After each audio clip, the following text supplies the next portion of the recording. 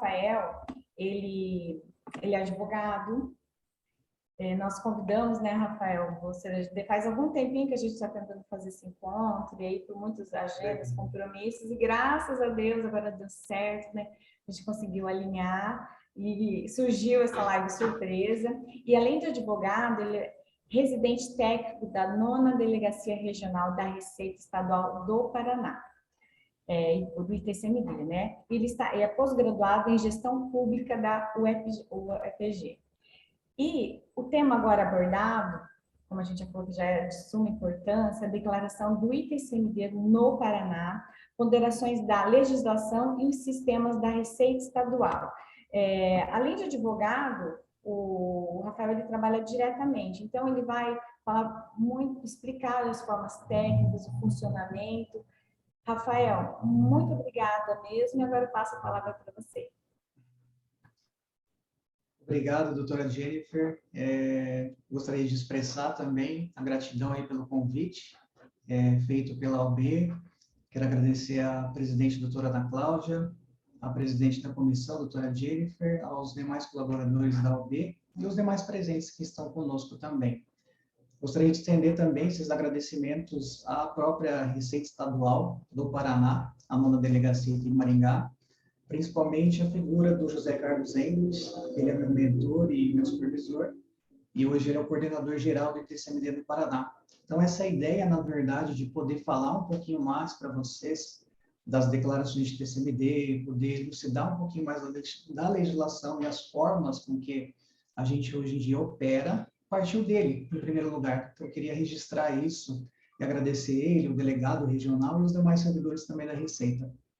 Bom, a temática trazida hoje é muito importante porque, atualmente, principalmente ali trabalhando como residente técnico perante a 9ª Delegacia, logo no setor de TCMD, eu inclusivemente, faço muitos atendimentos presenciais. Então, os advogados, contadores, contribuintes, eles agendam pelo site da Secretaria da Fazenda, marcam o horário e comparecem até a Receita. E visando essa necessidade dos contribuintes, dos advogados, em algumas questões, e às vezes por falta de esclarecimento da própria legislação, né, nós pensamos em promover essa live para poder, talvez, auxiliá-los, mostrar um caminho. Não significa também, como já tinha compartilhado com a doutora Jennifer, que eu também não tenho dúvidas, que eu também sei tudo sobre TCMD. Quem está nessa trajetória sabe que diversos casos, cada mérito é uma questão, cada caso é um caso, então podem surgir diversas dúvidas e a gente está ali para tentar ajudá-los, tentar aí aclarar esse caminho de declarações, né? Em primeiro lugar, também eu queria fazer uma preliminar, explicando algumas coisas da própria delegacia aqui nossa, né, situada em Maringá. Antigamente, a 9ª Delegacia Regional da Receita Estadual, ela atendia 59 regiões, né, principalmente as declarações de TCMD. Pegava, além de Maringá, outras 58 regiões para fazer análise. Só que, devido ao déficit de servidores públicos, devido à alta demanda, né, que teve, principalmente no contexto da pandemia, agora nós avaliamos todo o estado do Paraná, né? Não significa também que todos os declarantes aqui de Maringá que protocolam essas declarações serão distribuídas para nós aqui da 9ª Delegacia, muito pelo contrário. Então, às vezes, visando principalmente a imparcialidade nessas análises fiscais, essas declarações são remetidas para outras regionais, muitas vezes para Cascavel, Curitiba, Umuarama, ou seja, não é garantido que, protocolando aqui, o processo seja distribuído para nós. As declarações, igual eu falei, são distribuídas pelo próprio sistema, automaticamente para diversas delegacias dentro do Estado. Atualmente, também nós temos 2 sistemas próprios para que sejam realizadas essas declarações de TCMD, que é o Receita PR e SGT. Mais à frente eu vou comentar um pouquinho mais sobre eles. E também eu queria só elucidar aos colegas que a necessidade da gente entender um pouquinho mais da legislação e do ITCMD aqui no Paraná principalmente, igual anteriormente estava conversando com a doutora Jennifer, normalmente o advogado ele tem aquela visão que ele vai entabular um contrato de honorários, fechar por exemplo, um inventário, um divórcio, uma doação para o cliente, só na via judicial, né? Principalmente se for processo judicial. Então, ele vai, faz o contrato de honorários, fala que vai prestar o serviço dele, juridicamente, só na via judicial, e só que ficam algumas pendências depois, né? Porque o problema do nosso cliente ele só vai ser resolvido na totalidade após o registro do formal de partilha dele, né? Então, após, tanto na via extrajudicial, que é a minuta ali da escritura pública, até a lavratura dela, quanto judicial, depois existe essa pendência junto à Receita Estadual, e depois também que realizada a declaração e quitado o imposto, é que as partes, os contribuintes, poderão registrar esses bens, vender esses bens, né, junto aos cartórios de registro de imóveis. E tudo isso é muito importante. Ou talvez, se a gente falar sobre empresas, né, registros na junta comercial, ele também precisa fazer a declaração de TCMD e quitar o imposto para isso. Então, por isso que há essa necessidade dessa expertise dos colegas para que procurem, na hora que for fechar algum tipo de prestação de serviço, que verse também sobre TCMD, elucidar o cliente, né, que existe essa parte que deve ser cumprida junto à Receita Estadual também, que é uma das etapas. E na correria ali, nos atendimentos que eu já fiz, é bem interessante que a maioria dos contribuintes, quando eles vão lá, eles falam que os advogados não explicaram sobre eles, sobre que teria essa parte do ITCMD a ser resolvida na Receita, depois do divórcio, depois do inventário. E a primeira coisa que eles perguntam é o seguinte, o meu advogado era obrigado a fazer isso? É o primeiro questionamento deles. Eu falo, não sei responder. Na verdade, não. Depende muito da forma que você fez essa contratação junto com o advogado. Né? Se era só a questão judicial ali, né? Se for um processo judicial, ou se ele fechou algum contrato com você, algum acordo, para que cuidasse também das questões aqui da Receita Estadual. Daí a gente sempre acaba orientando para que eles procurem os advogados, né? Que fizeram o inventário, fizeram o divórcio, para que o próprio advogado possa conversar com eles. E às vezes a gente pega alguns cenários que mesmo conversando, os contribuintes eles voltam até a Receita com documentos parciais, querendo protocolar, querendo tirar dúvidas sobre TCMD, e principalmente achando que a Receita Estadual ela faz as declarações de TCMD, mas não é isso que ocorre. Eu costumo dizer que é semelhante à Receita Federal. Se nós formos hoje na Receita Federal pedir para algum auditor fiscal fazer a declaração de imposto de renda para nós, eles não vão fazer. Né? O que eles vão fazer? Eles vão passar uma instrução. Né? Contrate um advogado, contrate um contador, né? Veja com algum profissional habilitado para fazer isso para vocês, mas eles não fazem. É a mesma coisa a questão aqui da Receita Estadual. Nós só fazemos declarações de ofício quando precisamos já praticamente autuar, né? Aplicar uma multa conforme a legislação, abrir prazo para apresentação de defesa prévia, fazer uma retificação de uma declaração, mas já com imposição legal. Então, são cenários diferentes. Então, na Receita mesmo, a gente só acaba instruindo o cliente, né, o contribuinte, no caso, para que ele procure o advogado dele. Se ele não tiver advogado, eu sempre questiono também se o processo dele foi feito com advogado particular ou através da Defensoria Pública, através de um núcleo de práticas jurídicas, para saber, na verdade, como que foi desde a época dessa contratação. Né? Então, a primeira coisa que a gente sempre fala para eles é que a Receita Estadual, hoje, nós não fazemos a declaração do TCMD. E às vezes eles chegam lá, eu vim buscar a guia para recolhimento, isso que a gente ouve direto também, eu vim pegar a guia para pagar o ITCMD. Ele falou, não, mas não é assim que funciona. A gente tem que explicar, sentar com eles, né? Mostrar, na verdade, como que acontece. Se eles acham que é muito complexo, a gente sempre sugere que eles possam procurar um contador, um advogado, os próprios cartórios, né? Ali para que promova essa declaração para eles. E também por que hoje o ITCMD no Paraná ele precisa ser declarado, né? Isso é muito importante.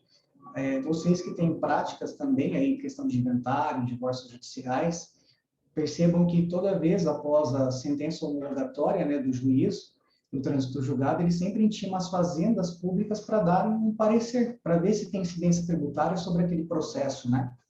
E a Procuradoria do Estado aqui do Paraná, ela sempre fala que a obrigatoriedade para recolher o imposto é do próprio contribuinte, das próprias partes, e que o imposto de ITCMD no Paraná, ele é lançado por declaração, ou seja, a primeira pessoa ela declara aquilo, né, que foi arrolado nos autos, ou está sendo minutado na escritura pública, depois ela conclui e depois o sistema vai gerar uma guia para recolhimento. O que acontece hoje, doutores, é o seguinte: nem sempre o sistema da Receita Estadual ele gera guia automaticamente, né? Essa é outra dúvida que normalmente os advogados têm, porque eles protocolam, eles acabam ligando na Receita Estadual e perguntam: por que ainda não gerou a guia? Eu estou aguardando, eu já protocolei essa declaração de TCMD já faz desde outubro, novembro, setembro. Eu estou sendo pressionado pelos clientes, eu só quero a guia para pagar, não tem como vocês emiti-la? Aí que vem a questão. Por isso que o advogado tem que ter essa expertise para procurar fazer o seu trabalho da melhor forma possível sobre as declarações de TCMD, porque quanto mais correto esteja, a probabilidade do sistema já gerar guia para recolhimento é quase 100%. Né? A doutora Roberta Pessoa que está aqui, eu acho que ela pode ser testemunha disso. Agora, quando a pessoa declara, né, o ITCMD de forma que o sistema ele faz um filtro, ele desconfia de algum valor que esteja ali destoado do valor venal, depois mais para frente eu vou comentar sobre isso, aí ele trava já. Ele não expede a guia de recolhimento, ele é enviado aquela declaração para que o auditor fiscal faça a análise fiscal e só depois que ele conclui a avaliação é que ele gera a guia e manda tanto no e-mail do declarante quanto é disponibilizado no sistema do Receita PR. Eu separei alguns tópicos aqui para vocês. Tá. Falar também sobre a questão do TCMD. Atualmente, a legislação que versa sobre TCMD aqui do Estado do Paraná é a Lei 18.573 de 2015, que também é amparada pela resolução da CEF, da Secretaria da Fazenda, 1527 de 2015. Tá? Essa legislação vigente que versa sobre o TCMD aqui no Estado do Paraná. Muitos advogados, quando têm dúvida, ou contadores, como que eu vejo na legislação, o que eu posso fazer, o que eu não posso, qual que é a alíquota, como que eu posso fazer um pedido de isenção, a gente sempre acaba orientando para que consultem na legislação e na resolução, que lá tem o passo a passo. E eu queria compartilhar com vocês, não sei se aparece na tela também, o site aqui da Secretaria da Fazenda, que eu queria mostrar como que a gente faz para encontrar também essa normativa, né, para que os advogados possam depois, havendo dúvidas, poder localizar a legislação, poder localizar a resolução. Lá também tudo sobre parcelamento, prazo de contestação, você pode entrar com recurso administrativo, que é contraditório. Então, tudo está especificado, tanto na legislação quanto na resolução da CEFA. Né? Eu não sei se eu só queria que alguém confirmasse, pode ser a Jennifer, doutora. Aparece a tela para vocês, a segunda tela que estou compartilhando? Aparece, eu estou vendo. Mas eu vou só fazer um exemplo para vocês. Está um pouquinho pequeno, mas dá para visualizar, sim. Dá para visualizar? Eu vou só... vou colocar aqui, ó, CEFA Paraná, mostrar para vocês no Google mesmo como que a gente faz para localizar. Né? Ali basta acessar o site da Secretaria da Fazenda do Paraná. Deixa eu só carregar aqui. Ele acaba indo lá para a página inicial da Receita Estadual, que é ali que tem o passo a passo. Ali, na verdade, tem tudo. E até depois é interessante, eu vou disponibilizar no grupo. Atualmente tem um manual ilustrativo de como que faz para fazer essas declarações de TCMD no Receita PR, tanto para os fatos geradores de causa mortes, quanto para a doação também, no caso de divórcio, dissolução de união em estado. Hoje a Receita já disponibiliza arquivos em PDF ilustrativos demonstrando esse passo a passo, como que o advogado pode fazer para declarar aí, para não necessitar de eventuais retificações, né? Tentar declarar da melhor forma possível. Ali, eu não sei se vocês conseguem ver, estou aqui no site, né, da Secretaria da Fazenda, tem a opção ali chamada Serviços para Você, o fundo verde, né, escuro. Na segunda opção tem ali o link chamado Cidadão. Né? Ele abre aqui uma ramificação, agendamento, fale conosco, e o primeiro ali do lado direito está escrito ITCMD. Os primeiros dois links ali referem-se aos manuais de declarações de TCMD. O primeiro relativo à separação e divórcio, e o segundo relativo à questão de causa-mortes. Então, se o advogado vir aqui, eu não tenho prática, eu não tenho experiência, eu queria um auxílio da Receita para fazer essa declaração, como que eu faço? no site, por meio desses manuais, é possível fazer essa declaração, né? Claro que antes ele tem que fazer um cadastro na Receita Estadual, no sistema chamado Receita PR, também está disponível aqui no site, mas com o token mesmo dele, assinador digital, ele já consegue fazer esse cadastro, tá? Eu vou abrir aqui para vocês um desses manuais, só para vocês verem como que está bem elucidada essa questão. Só carregar aqui.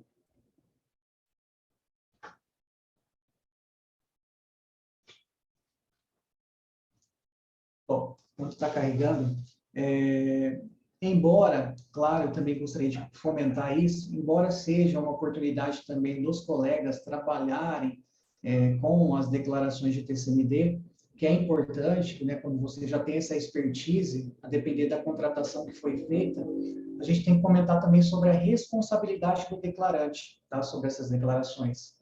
Não é, gente, uma coisa muito simples, tá? Isso eu posso confessar, é uma coisa de extrema responsabilidade, porque a legislação, né, do ITCMD aqui no Paraná, que é a legislação estadual, ela fala que a responsabilidade do declarante ela é solidária, ela não é subsidiária, ou seja, você responde junto com os interessados, né? E quando eu falo isso, qualquer prática, por exemplo, de sonegação fiscal, crimes contra a ordem tributária, principalmente falsidade ideológica, porque o declarante está sendo advogado. E o que eu presencio bastante na Receita Estadual, principalmente nos atendimentos presenciais, alguns advogados falam assim, doutor, eu nem cheguei a conferir. Na verdade, a forma com que me passaram a documentação, eu arrolei nos autos dessa forma. Eu passei para o cartório minutar a escritura dessa forma. Eu não cheguei a conferir se os bens foram declarados corretamente, a avaliação está certa, se versa sobre o valor venal ou não. E, gente, isso é muito perigoso. Eu sempre falo isso para os advogados, porque a responsabilidade de vocês, ela é solidária. O que acontece? Toda vez que uma declaração é feita, ela vai para a Receita Estadual, ali o setor de TCMD, fazer a avaliação da declaração, a depender do cenário que a gente acaba identificando, falsidade ideológica, sonegação fiscal, existe hoje uma normativa do Paraná, que é NPA, Norma de Procedimento Administrativo, que fala que declarações erradas, né, que você percebe que a pessoa fez com dolo, que ela cometeu certas práticas delituosas, tem que ser remetido depois um ofício para o Ministério Público tomar as providências cabíveis, né? Então, além dessa questão da própria legislação, que são as penalidades, que é a multa, a nossa lei hoje fala que a aplicação de sanção, a multa varia de 20% até 200%, né, sobre o valor do imposto. Além dessas sanções administrativas por parte da Receita, tem essa questão criminal, que às vezes, já presenciei inclusive alguns cenários que os auditores acabam remetendo ali por ofício para que o Ministério Público tome as medidas cabíveis. Então, por isso, gente, eu sempre reforço, principalmente para os advogados, contadores, declarantes, né, enfim, os próprios contribuintes, cuidado a hora que for declarar, é um ato de muita responsabilidade, muita seriedade e tem que fazer da melhor forma possível, né? Como que eu faço, então, para declarar certo? É só seguir a legislação. Na própria legislação, ela vai aduzir como tem que ser declarado, qual o valor que tem que ser declarado, qual a alíquota que é cobrada, né? Como que eu faço para declarar o patrimônio, o valor venal deles, que eu vou entrar nessa parte também. Só ver aqui se abriu o manual, voltando lá ao assunto. Eu acho que não, mas não tem. Deixa eu ver aqui. Acho que agora vai. Olha lá, não sei se aparece para vocês. Peguei um manual ali como exemplo, um manual de orientações de divórcio e separação. A Receita, ela fez esse manual ilustrativo. Ali ela passa o passo a passo, gente. Pode ver, quem já tem prática de declaração de TCMD, aquela é uma imagem do próprio Receita PR, né? Ali no campo de declaração. Conforme for passando, ela demonstra como que o declarante tem que declarar, como que ele tem que preencher, como que ele vai gravar as informações que ele tem preenchido a declaração ali eletrônica, que é o ITCMD Web. Então, tudo isso está bem elucidado no próprio site ali da Secretaria da Fazenda, tá? Quando o advogado ele finaliza a declaração, quer dizer, conclui todo o preenchimento, se ele não quiser finalizar, ele pode deixar um rascunho, né? Até orientar, deixa o rascunho, você abre a declaração, verifica se os dados estão corretos ou se não estão, se você fez da forma correta, porque ainda tem tempo de você alterar sem precisar retificá-la, entende? Por isso que é importante. Às vezes também, doutores, eu cheguei, inclusive, a dar sugestões, a gente se depara no cenário do judiciário, alguns casos que os magistrados, eles querem que as partes já recolham o imposto de TCMD antes mesmo da homologação da sentença e o trânsito julgado, né? Já aconteceu alguns casos que eu já peguei, né, de advogados ligando, advogados demonstrando que o magistrado estava exigindo o recolhimento anterior, né? E mesmo o advogado ali opondo embargo de declaração, querendo questionar, mesmo ali manifestando, o juiz ele não aceita, né? Tem alguns cenários que não aceitam. O que eu recomendo? O que o advogado pode fazer? Faça um rascunho da declaração já do ITCMD, informando, excelência, o rascunho já está feito, tá? Já foi providenciado pelas partes, estamos só aguardando agora a homologação da partilha para que depois a gente conclua o rascunho, vai gerar um numeral e vai gerar as guias para recolhimento para 30 dias. Por que eu falo isso? Se antes da homologação da partilha você já fizer a declaração, vai que depois o Ministério Público dá um parecer contrário, pede para retificar, né? Pede para tirar um herdeiro, pede para realocar algum percentual de patrimônio para outra pessoa, né? Ou o magistrado não concorda com o jeito que foi apresentada a partilha, o que você vai fazer? Você vai ter que fazer retificação, às vezes vai ter que entrar com um protocolo na Receita, que a gente sabe a morosidade devido ao déficit de servidores públicos. Para vocês terem ideia, em todo o estado do Paraná, atualmente, por informações que eu colhi da própria Receita, eles têm em média de 25 a 27 avaliadores, gente. É muita pouca gente, né? Muito pouco auditor fiscal para poder fazer todas essas análises de declarações. E agora, para o término de ano, acabou reduzindo ainda o número desses avaliadores, porque tem muita gente que já pegou férias, tem muito auditor ali que está de licença, né? Então, a gente sabe que reduziu muito o número de avaliadores. Então, por isso que tentando fazer da melhor forma possível, a probabilidade que seja uma avaliação mais rápida, séria, é muito melhor. O que acontece hoje? Toda vez que você protocola, chega para avaliação fiscal, o auditor verifica que não foram juntados todos os documentos, faltam algumas informações, ele vai mandar um e-mail solicitando documentação complementar. Só que, quando ele manda já esse e-mail, ele não fica aguardando vocês responderem, né? Nós respondemos. O que ele faz? Ele paralisa aquela auditoria, aquela análise, e já começa a avaliar outra declaração, né? E, às vezes, demora tanto tempo para o declarante mandar a documentação, que quando liga lá para nós, doutor, queria mandar a documentação, queria saber como é que está. Por gentileza, me relembra aquele caso que eu vou ter que retomar, porque faz tanto tempo que você ficou de mandar a documentação e não mandou, que agora a gente vai ter que retomar aquela análise. Só que, às vezes, para retomar, a gente já está no meio de uma auditoria, de outra declaração, entende? Temos que finalizar aquela para retomar essa. Então, por isso que existe essa burocracia hoje em dia, né? Fora ali a questão da responsabilidade do declarante, que eu comentei com vocês, que é a responsabilidade solidária, né? Igual eu estava comentando também hoje, a legislação, que é a 18.573 de 2015, ela fala que as penalidades, elas variam de 20% até 200%. 200 eu também acho que é um pouco oneroso, mas é o que existe hoje, que a legislação versa. E por isso que depois também, se as partes não recolhem o imposto no período devido, né? Além da aplicação da multa, existem juros que vão sendo contabilizados, né? Aquela dívida vai para a dívida ativa do Estado, então pensa só a morosidade e a dor de cabeça, muitas vezes, que os nossos clientes enfrentam, muitas vezes por falta de orientação, por falta de uma instrução mais consentânea, então tudo isso é muito importante a gente frisar, muito importante tentar se aperfeiçoar para tentar cometer menos erros possíveis, né? A questão da guia eu já expliquei para vocês, né? Por que a guia muitas vezes não gera automaticamente, porque o sistema fez um filtro e vai para avaliação. E é importante também frisar que às vezes tem muitos advogados que questionam isso. Mesmo o sistema gerando a guia para recolhimento quando você conclui a declaração de TCMD, não significa que a Receita esteja convalidando com aquilo que foi declarado, tá, gente? Muitas vezes finalizou, gerou a GR, o advogado passa para os seus clientes, eles recolhem o imposto e acham que está tudo resolvido. Não é assim que funciona.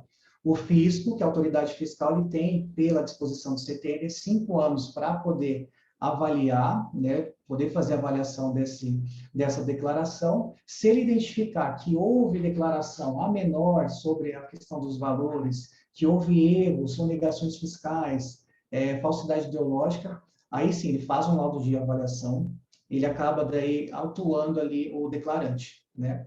Hoje em dia ainda, os auditores, eles têm oportunizado a autorregularização. Como assim? Por exemplo, você finaliza uma declaração hoje, foi gerado o GR, você passa para o seu cliente, ele vai, paga o imposto, pega a declaração, leva no cartório de imóveis, né, já registra lá, questão do formal de partilha, tudo resolvido.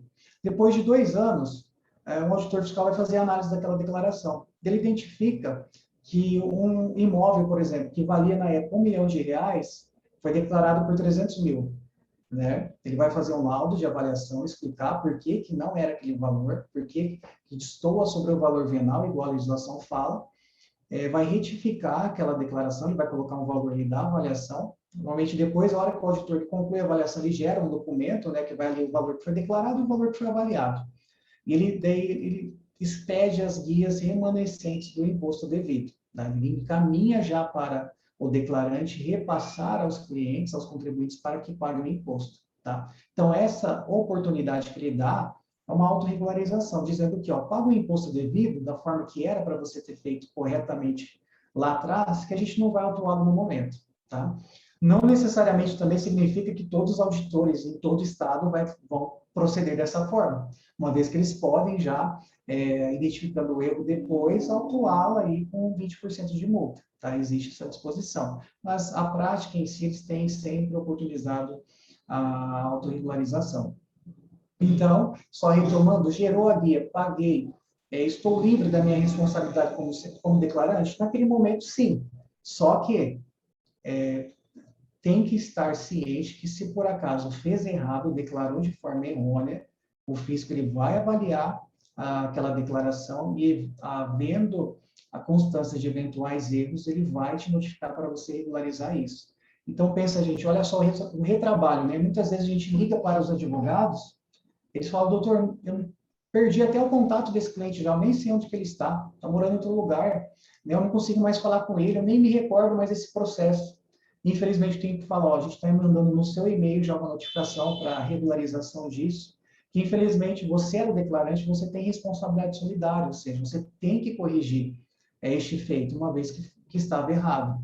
E isso é bem complicado, às vezes alguns advogados não aceitam, né, de uma forma assim, com diálogo, né, contadores, a gente tem que reforçar isso. E o mais importante disso, gente, nas declarações errôneas, quando a autoridade fiscal ela vai fazer a avaliação, vamos pegar esse mesmo exemplo que eu dei, que passou 2 anos. O auditor fiscal, na hora que ele pegar para fazer a avaliação, ele vai aduzir o valor venal da época da avaliação, e não lá atrás, quando você declarou. Tá? Isso é uma disposição aí elencada por entendimento sumular do STF, súmula 103, que fala que a base de cálculo para imposto de TCMD é na data da avaliação. Então, vejam, se na época você, como declarante profissional, técnico, contratado para fazer aquela declaração, você tinha oportunidade de declarar de forma correta, você não fez, após 2, 3, até os 5 anos aí que o fisco tem para poder fazer essa auditoria, se ele identificar que você fez de forma errada, ele vai refazer, ele vai avaliar, só que ele vai atribuir o valor de hoje. E é aí que entra o X da questão. Então, penso, além de estar errado na época, o cliente ele acaba sendo onerado ainda mais, porque ele já vai ter que pagar agora um saldo remanescente e atualizado. Né? Então, vejam, digamos que há 4 anos vocês declararam um imóvel que o valor venal dele era R$500 mil, só que foram lá e declararam metade, 250 mil.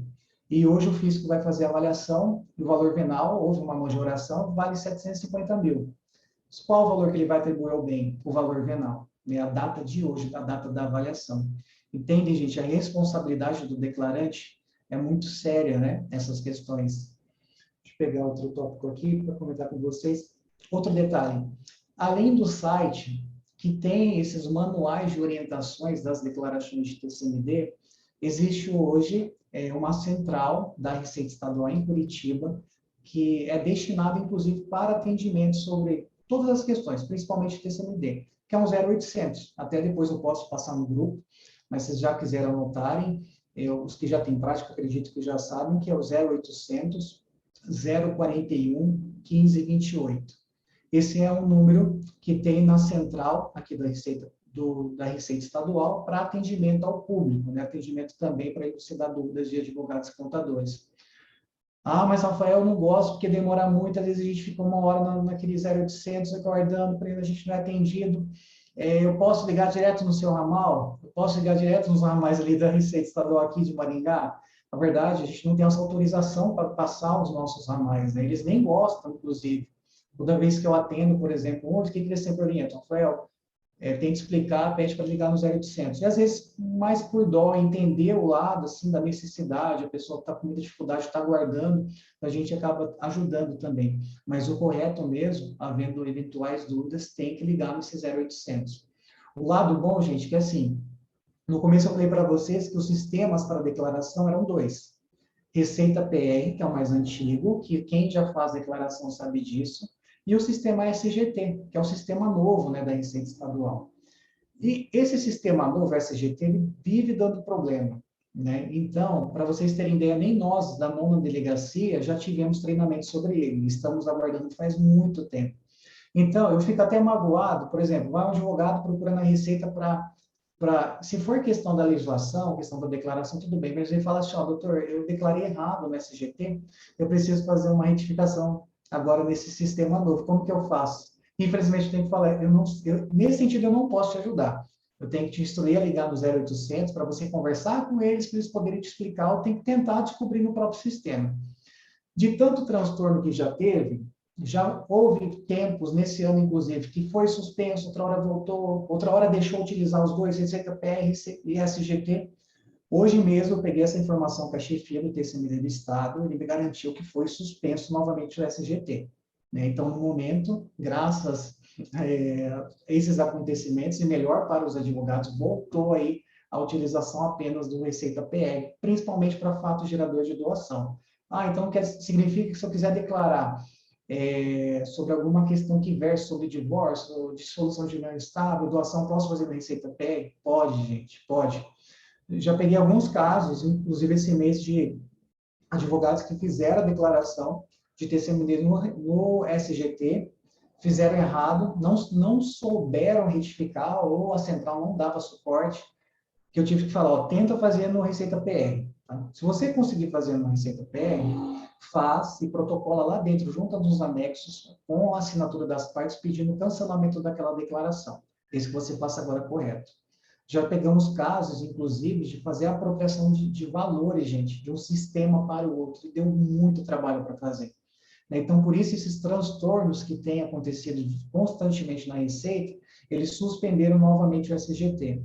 Talvez vai ser, assim, o melhor dos nossos sonhos do SGT, possa ser que sim, mas no momento, nessa fase de teste drive, a gente até brinca lá dentro que o SGT é um sistema gerador de transtorno, para vocês terem ideia, porque dá muito problema. Então, a gente prefere que fique só no Receita PR no momento, a hora que tiver tudo, né, resolvido, tiver todo o suporte para os declarantes, advogados, para os próprios servidores, aí sim, talvez, pode pensar.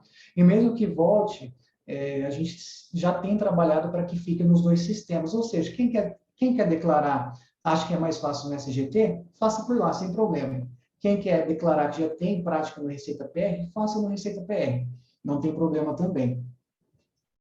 Então, só voltando, além do 0800 que eu passei, que era a central para atendimento, tá? Para os declarantes, 0800 041 1528, nós temos o passo a passo também no site ali da Receita Estadual.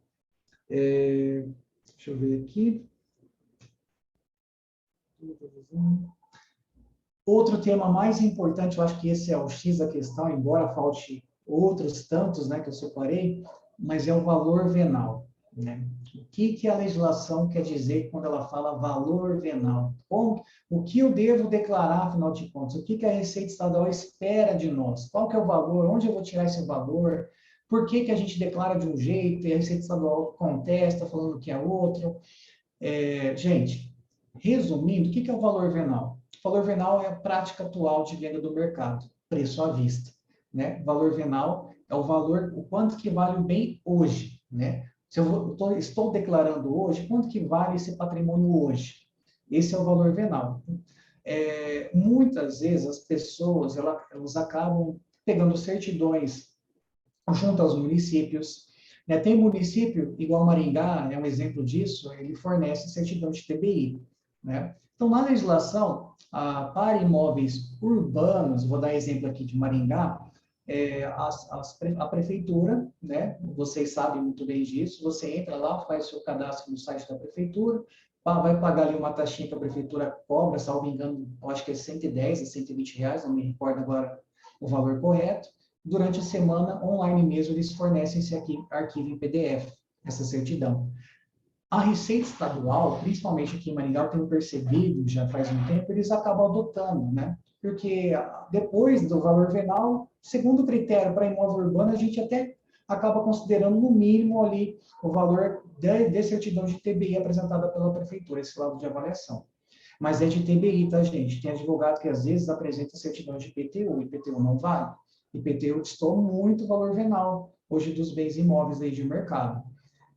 Por que IPTU não vale? Ah, mas eu pago IPTU, a base de cálculo do IPTU é essa. Por que eu não posso declarar isso? Gente, IPTU, a gente sabe que num contexto político, toda vez que há mudança, né, de mandatos, qual que é a primeira proposta, muitas vezes, que é feito, né, pelo candidato? Ah, prometo, se eu for eleito, eu não vou mexer na base de cálculo do IPTU. Normalmente é isso que ocorre, por isso que destoa muito do valor venal que a Receita exige. Né? Ah, mas, Rafael, mesmo assim, se eu apresentar a declaração de TCMD com o valor, então, de TBI do município, a Receita, ela é obrigada a aceitar? Não é obrigado, tá, gente? Isso aqui é importante deixar bem claro.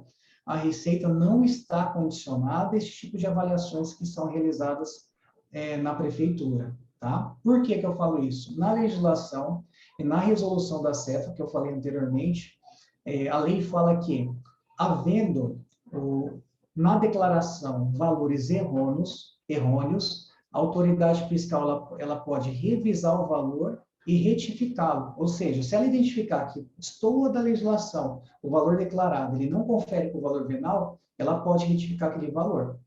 Claro que o auditor fiscal, a hora que ele vai apresentar a avaliação dele, ele vai fazer um laudo de avaliação. De onde que ele tirou aquele valor também, né? Ele não vai deixá-los na mão.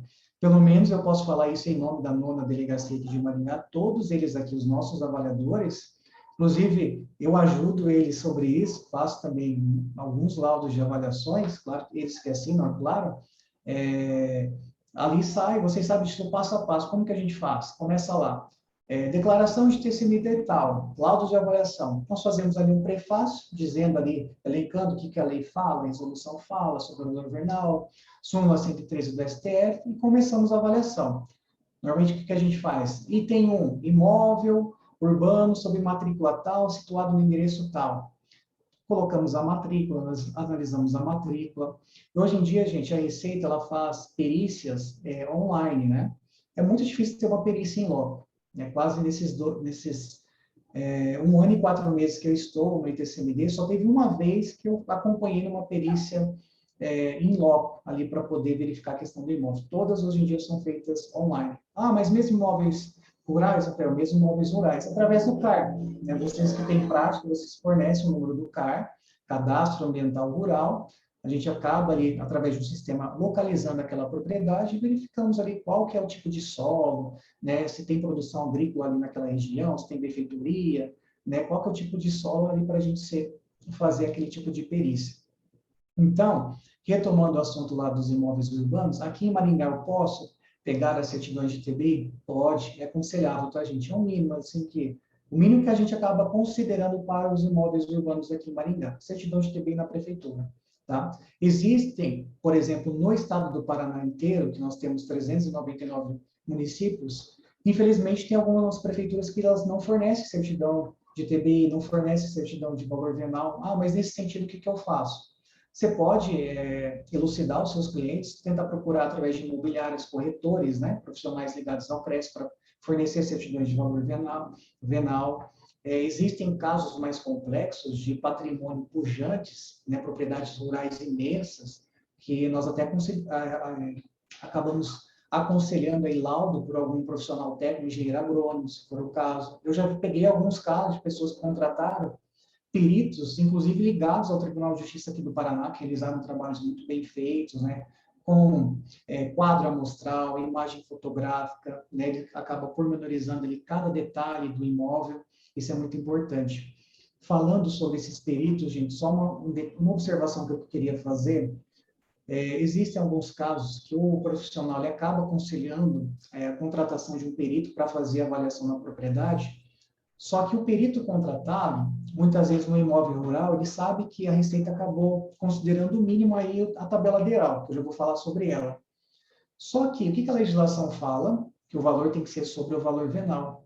E ele não aduz no relatório dele, ali na perícia que ele fez, sobre o valor venal. Ele já vai direto, só fala metodologia utilizada, tabela DERAL. Gente, assim, se a Receita Estadual acaba considerando a maioria das vezes a tabela DERAL para imóveis rurais, é uma coisa, tá? Mas a lei fala que tem que ser o valor venal. Então, o perito, toda vez que a gente for contratar, tem que deixar isso muito claro para ele, que tem que fazer o trabalho conforme a legislação, para evitar eventuais problemas de diligências, né? Rafael, Oi. só te interrompendo um minutinho, tem um site muito bom também para consulta, se o pessoal quiser anotar, às vezes até para a própria cidade de Maringá mesmo. Eu já atuei em alguns casos que a prefeitura não levou em consideração alguns critérios de avaliação de imóveis e emitiu a certidão de avaliação de TBI com praticamente o dobro do valor do que realmente valia. Tá? Então, tem um site muito bom, que eu sempre uso ele como consulta, que se o pessoal quiser anotar, chama Sub100. Isso é verdade. A gente consegue fazer avaliação em várias cidades, em vários estados. Se a gente não consegue avaliar de forma bem específica, pelo menos ter uma noção. Porque tem alguns clientes que você pergunta, né? Quanto que o senhor acha que vale? Para pagar imposto é 200, mas para ele vender é 350. Então, essa diferença aí, ela pode dar muita dor de cabeça para quem faz a declaração. Então, é o site Sub100, que eu costumo usar bastante também. E aproveitando, fazendo uma emenda que a doutora falou, já ia chegar também nesse ponto, existem, nessas prefeituras, quando elas não emitem essas certidões, a gente acaba pegando alguns casos também, né, gente, de pessoas, contribuintes que não têm uma capacidade econômica muito boa. Tem pessoas, inclusive, que elas não conseguem nem pagar um corretor de imóveis para fazer avaliações, né? Embora ali o espólio, ele era significativo, mas muitas vezes os herdeiros estão cheios de dívidas, né? Eles não têm recursos para pagar ou já estão esgotados. A gente já pegou alguns cenários assim. Então, isso é importante que a doutora Roberta falou. Como que eu faço nesse caso, por exemplo?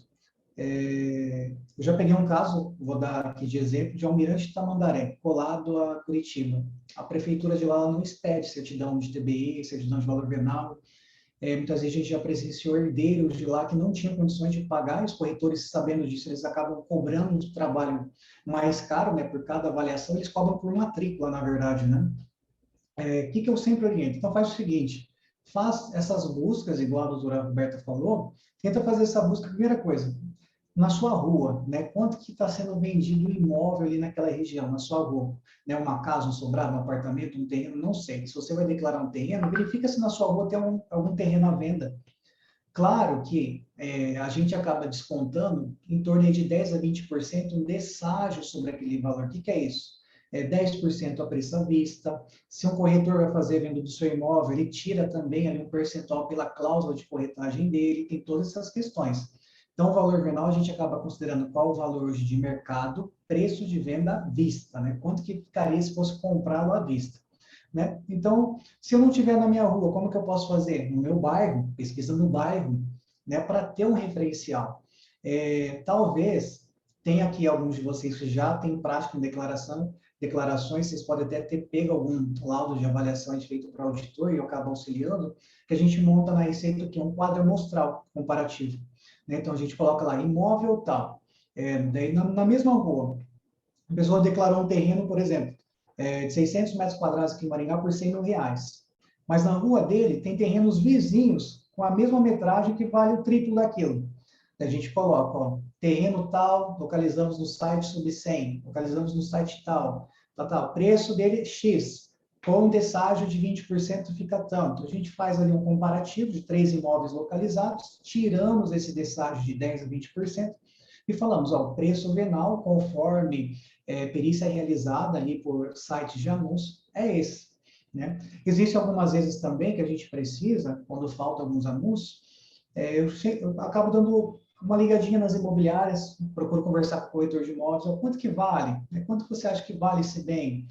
Quanto que vale esse patrimônio? Eles acabam sugerindo também, eles já têm essa prática de mercado, né? Quanto que vale naquela determinada região. Uma coisa é quando a gente faz, por exemplo, o inventário aqui na nossa região, Maringá, né? Agora, quando você pega um inventário de fora, né, uma região muito distante, muitas vezes você fica perdido, você não sabe como está sendo cobrado o metro quadrado lá. Né? Então, é por isso que é importante, igual a doutora Roberta falou, mesmo assim, não tiver um referencial da prefeitura, mesmo que tenha, você acha que destoa muito da realidade, não tem condições de contratar um perito, né, procurar uma imobiliária, algum corretor de imóvel para fazer essa avaliação, faça essa busca.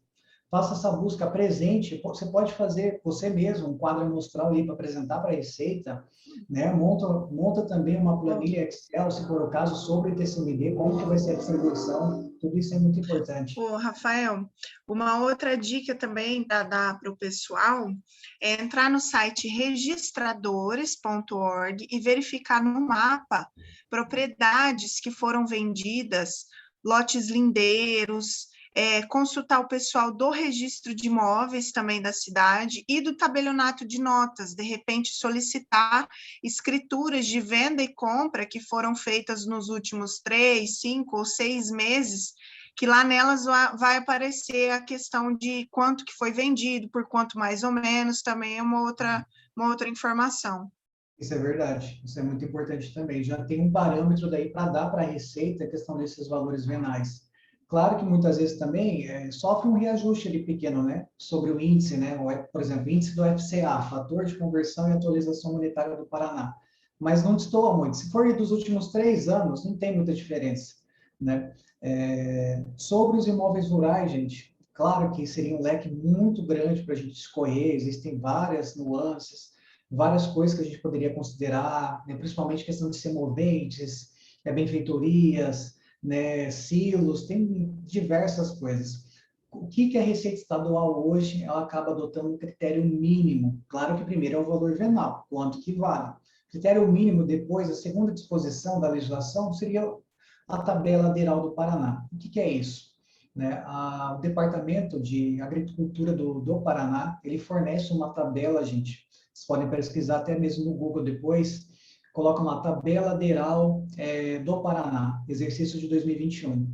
Ele vai trazer uma lista dos 399 municípios que nós temos no estado, quanto que está sendo cobrado o hectare daquela região.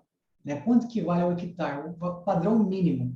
E lá também é reduzida a questão da metodologia. Então, por exemplo, o A1, R$150 mil o hectare. Né? Mas o que significa esse A1? É terra mecanizada, produtiva? Né? Qual que é o preço? É terra roxa? Né? Então, varia do A1 até o C8 que nós falamos. Né? Vai conforme o tipo de solo que a pessoa tem naquela região. Por exemplo, eu gosto bastante de falar aqui de Maringá. Aqui em Maringá, os imóveis rurais, eles são muito bem valorizados, né? Pelo que a gente conversa, muitas vezes lá, mesmo dentro da própria Receita, hoje em dia você não encontra um imóvel rural aqui em Maringá com um alqueire menos de R$450 mil. Entende? Varia muito também se esse imóvel rural é beira de rodovia, aonde que ele está localizado. Entende, gente? Tem tudo isso. Então, tentar errar menos a questão da tabela ADERAL. Né? Você pode, às vezes, na dúvida também, você pode ligar lá na Receita, perguntar quanto vocês estão cobrando em questão do imóvel rural aqui em Maringá, por exemplo. Onde que fica? Fica ali perto por exemplo, da Faculdade Uningá, fica ali atrás, né? Fica ali próximo da onde? A gente sempre, próximo ao Arautos Evangelho, por exemplo. A gente já tem uma média, a gente já sabe assim, quanto que é cobrado no mínimo do alqueire. Então, por isso que tem que ter esses cuidados na hora que for declarar, principalmente imóveis rurais. Tá bom, gente? Voltando a dizer, qual que é o valor que tem que ser declarado? O valor venal. O critério mínimo da legislação, tabela ADERAL. Tá? A hora que for declarar também, gente, um detalhe muito importante, além daquelas observações que vocês colocam, data de aquisição, indicação fiscal, localidade do imóvel, matrícula, precisa expor o numeral do CAR, tá? Porque aquele numeral do CAR, Cadastro Ambiental Rural, que o auditor fiscal, a hora que ele for pegar, nós utilizamos um sistema que a gente consegue localizar aquele imóvel rural. Ou, mas não tem o CAR ainda, não foi registrado. Forneçam a localização geográfica, tá? Mas o que é essa localização geográfica? É um numeral, normalmente consegue no INCRA, às vezes também tem na própria matrícula, com aquele numeral, no Google a gente já consegue localizar a propriedade, né? Tentando fazer uma perícia ali virtual, tentando descobrir como que é o tipo de solo, né? O que tem lá naquela propriedade, às vezes é uma fazenda, tem semoventes, enfim, tudo isso tem que estar bem especificado na hora que for fazer declaração. Se não coloca o numeral do CAR, não junta o CAR no arquivo, né? Não junta outros detalhes. Muitas vezes, eu posso falar isso por experiência, eu já peguei muitas minutas que foram feitas no cartório e o próprio escrevente não colocou o número do CAR, entendeu? Não especifica a localidade do imóvel. Declara, faz a declaração de TCMD, junta a minuta, mas na hora que chega para uma análise fiscal, tem que abrir diligência, tem que mandar e-mail, tem que solicitar, e isso acaba deixando o processo mais moroso. Então, a forma de agilizar é declarando correto, colocar todas as informações para a hora que o auditor fiscal for pegar para poder fazer aquela perícia, ele já tem todas as informações, né? Junta também a declaração de imposto de renda das partes, né, do transmitente ali, a próxima época do fato gerador, por exemplo, faleceu em janeiro desse ano, pega o imposto de renda do exercício do ano passado, entende? Tudo isso dá muito suporte na hora que os auditores vão fazer esses tipos de avaliações. Deixa eu ver aqui outra questão que fiquei de comentar com vocês. Valor venal também, gente, é bom comentar. Essa eu acho que é a maior dificuldade dos advogados, que é quando a gente fala sobre empresas, né?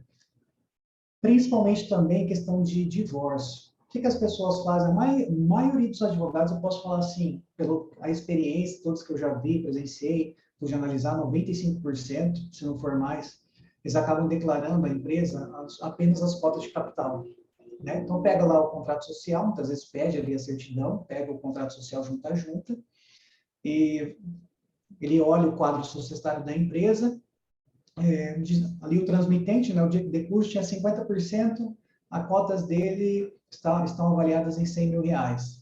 Mas a legislação, gente, 18.573 de 2015, ela fala que para empresas tem que ser declarado PL, que é o patrimônio líquido, tá? Então, quando acontece isso, a primeira coisa que a Receita Estadual vai ver é a questão do PL. Foi declarado o PL? Como que eu faço para saber o PL, então, Rafael? Não sei. Peça para o seu cliente ou para os herdeiros providenciarem junto ao contador da empresa o balanço patrimonial dela, né? Mais próximo aí à data do fato gerador. No balanço patrimonial vai constar o PL da empresa, tá? Tem que declarar o PL. E por que eu falo isso, gente? Se vocês declaram o PL, a probabilidade do sistema já gerar a guia para recolhimento é quase 100%. Agora, declarou a empresa, colocou cota de capital, vai travar, o sistema não vai gerar GR, vai para o filtro aguardando uma análise fiscal. Isso é certeza.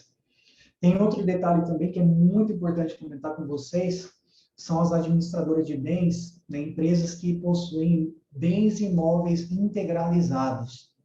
Gente, o que acontece? Vou dar um exemplo. Às vezes foi instituída aquela empresa há 10 anos atrás, né? Os sócios integralizaram naquela empresa 20 imóveis, 20 bens imóveis, sendo imóvel rural, imóvel urbano, enfim, vários bens. Aqueles imóveis que foram integralizados na empresa, para fins estatísticos, aquele valor, ele não reflete hoje a realidade, né? Que a lei exige que tem que ser o valor venal. Tá bom, Rafael, mas eu peguei, então, uma empresa que tem bens integralizados, só que ali no ativo da empresa está demonstrando que esses imóveis que foram integralizados, eles estão aí em torno de 100 mil. Só que, na verdade, eu sei ali que, hoje em dia, digamos que seja 1 milhão. Como que eu faço? Tem que declarar o PL e tem que fazer, como que a gente comenta bastante lá dentro, o PL ajustado. O que é isso? Tem que avaliar esses bens imóveis, descobrir o valor venal deles, descobrindo o valor venal desses imóveis integralizados, a soma deles vocês abatem naqueles ativos imobilizados, né, daqueles imóveis ali, bens imóveis declarados, faz essa dedução e depois soma ao PL. Esse é o PL ajustado, é esse valor que tem que ser declarado. O que acontece a maioria das vezes? Toda vez que tem empresas que têm esses bens imóveis integralizados, até hoje, sinceramente, eu nunca peguei um declarante que fez dessa forma correta, que tinha bens integralizados. Sempre assim, ou eles declaram as cotas ou declaram só o PL ali da época, próximo ao fato gerador, mas não condiz com a realidade. Daí que entra essa parte da auditoria. Por isso que demora, às vezes, gente, para sair as guias de recolhimento, porque daí a gente tem que paralisar. A Receita paralisa, o auditor fiscal tem que fazer uma análise junto à junta comercial, pega todo o contrato social, verifica quantos bens integralizados tem aquela empresa, né? Pede o balancete, pede o balanço patrimonial para o declarante solicitar ao contador. Por isso que eu comentei também que é muito séria essa questão do declarante que tem responsabilidade solidária, que às vezes se você não tem essa prática, eu já vi muitos advogados que ficam perdidos. Eles não sabem nem o que fazer, mas eu não conheço o contador, não conheço ele, eu estou cuidando de um divórcio, na verdade o contador é da parte contrária, a parte já abriu o boletim de ocorrência, que teve, sabe, é uma questão contenciosa, eu estou perdido, o que eu faço? Eu declarei errado. Declarou, agora vai aguardar a avaliação fiscal, vai ser retificado isso e vai cobrar o valor correto. E às vezes, gente, é triste de ver, eu já presenciei até mesmo contribuintes chorando, dizendo que eles não têm o valor para recolher do imposto, que eles não sabiam que tinha essa surpresa, não sabiam que seria dessa forma. E a gente fica triste porque, na verdade, é como se fosse um dominó, né?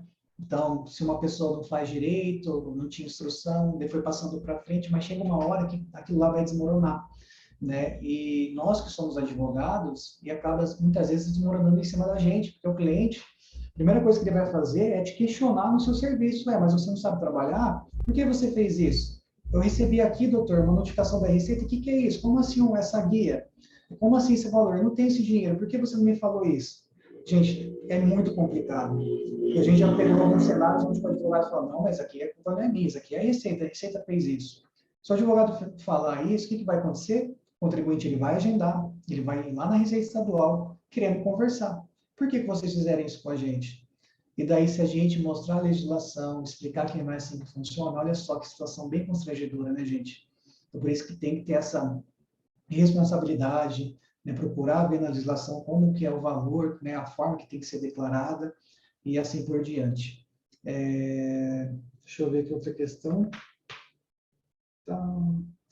Tá.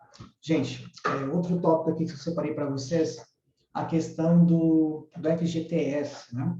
Que também é praticamente rotineira aí nos processos de inventário, né? O decujus falece, deixa um valor lá retido, né, de FGTS, PIS, PASEP, e os herdeiros querem retirar. O processo de inventário depende, quer dizer, esse alvará da FGTS depende do processo de inventário? Não, se quiser fazer uma açãozinha à parte ali, só para fazer esse levantamento, pode fazer. Mas é bom fazer tudo junto, que daí você só faz uma declaração, né? O que acontece? Que eu já presenciei isso várias vezes, gente, esse tem que ser o cuidado. A legislação, ela dá uma certa isenção para essas verbas trabalhistas a um determinado limite, tá? E eu já presenciei várias vezes advogados que declararam de forma errada, gerou guia para os clientes e os contribuintes recolherem indevidamente. Só que, lógico, que a gente não comenta, né? Mas eu já peguei na prática várias vezes declarações dessa forma. Como que funciona? A legislação estadual, que versa sobre TCMD, que é a Lei 18.573 de 2015, até o dia 31 de agosto do ano passado, o limite de isenção dessas verbas estava em R$25 mil. A partir do dia 31 de agosto do ano passado, houve uma majoração, agora o limite é até R$50 mil. Então, quando vocês pegarem clientes, né, onde tem essa verba trabalhista e precisa ser declarada, na opção lá no líquido hora que você tem que selecionar o bem que vai ser declarado, não coloca outros bens e direitos. Vai ter lá uma opção específica que desce dessa verba trabalhista. Que a hora que você selecionar essa opção, colocar o valor, o sistema ele gera um filtro e ele já calcula se aquilo é isento ou não. Se tiver dentro desses valores, ele já sai ali com, na observação, o artigo da lei e a questão da isenção. Agora, se você declarar errado, que não sai com essa informação, não tem esse abate automático na base de cálculo, entende? Por isso tem que ter esse cuidado. Então, só lembrando, até o dia 31 de agosto do ano passado, o limite era 25 mil. A partir do dia 31 de agosto do ano passado, o limite é 50 mil reais. Mas, Rafael, meu cliente, ele tem uma verba de FGTS que está a receber de 51 mil. Né? Ele faleceu um mês atrás. Eu vou recolher só sobre a diferença? Infelizmente, não, gente. A Receita, ela cobra a integralidade. Seria muito justo cobrar apenas o excesso, né? Mas, infelizmente, atualmente a Receita, ela cobra o valor cheio dele. Já houve contestações, já houve briga judicial sobre isso. A Procuradoria do Estado já afirmou parecer também sobre essa questão. Então, toda vez que excede, você não declara só sobre o excedente desse FGTS. Tem que declarar o valor dele inteiro e vai ser tributado ali o valor dele inteiro. Entendem? A questão também, a gente queria comentar essa questão das declarações, tem que ter muito cuidado na hora que for preenchê-las. Imóvel urbano, por exemplo, você coloca ali indicação fiscal, a data da aquisição.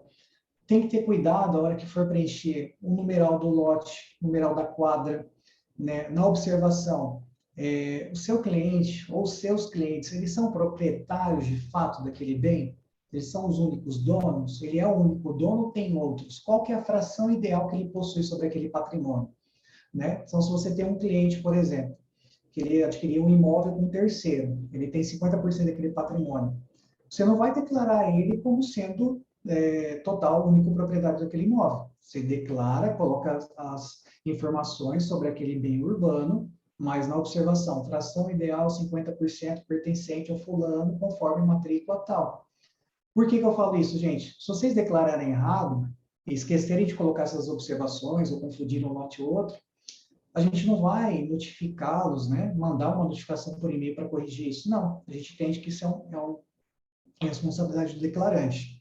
Ele finaliza a declaração, a Receita avalia, gera as guias, o cliente recolhe, mas na hora que ele chegar no cartório de registro de imóveis, o cartório de registro de imóveis vai conferir a documentação e vai falar, essa declaração está errada, você vai ter que retificar ela. Muitas vezes daí o declarante ou o advogado tem que retificar aquela declaração. Só que daí eu pergunto para vocês, como é que você vai retificar a declaração se ela já está quitada? Se ela já foi avaliada? Entende a complexidade? E muitas vezes o advogado tem que abrir protocolo para corrigir, às vezes, um erro formal, um erro material ali na declaração.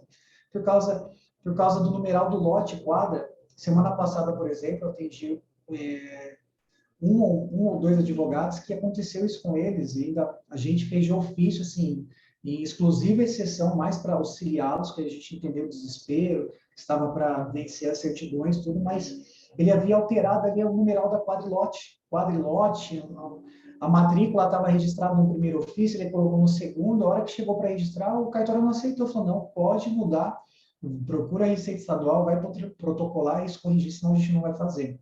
Então, essa atenção que a gente tem que ter. Eu sei que às vezes ali, na pressa, na hora automática, você está nervoso, está cansado, né? Principalmente quem teve essa experiência com essa GT, às vezes você tenta salvar, gravar e cair o sistema, você está com pressa, está nervoso, querendo terminar logo aquele tipo de serviço, mas é um documento público muito sério, gente, porque isso não finaliza a hora que o cliente paga o imposto, isso vai resultar nas questões cartoriais, nas questões registrais, na hora que ele for levar no cartório de registro de imóveis, se não estiver de acordo com o que está na matrícula, qual é a realidade daquele imóvel, o cartório ele abre diligência.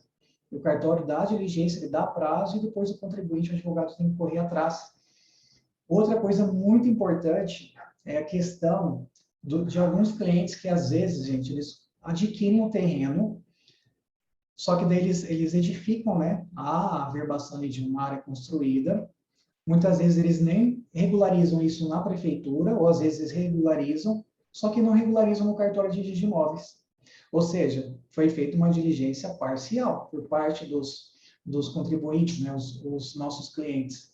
E muitas vezes eles não fazem esse registro depois, porque sabem que tem imposto. Hoje em dia ninguém gosta de arcar com custo, arcar com imposto. Então, todas as vezes as pessoas tentam protelar o quanto antes. Né? Vamos deixar para depois, vamos procrastinar, depois a gente resolve isso.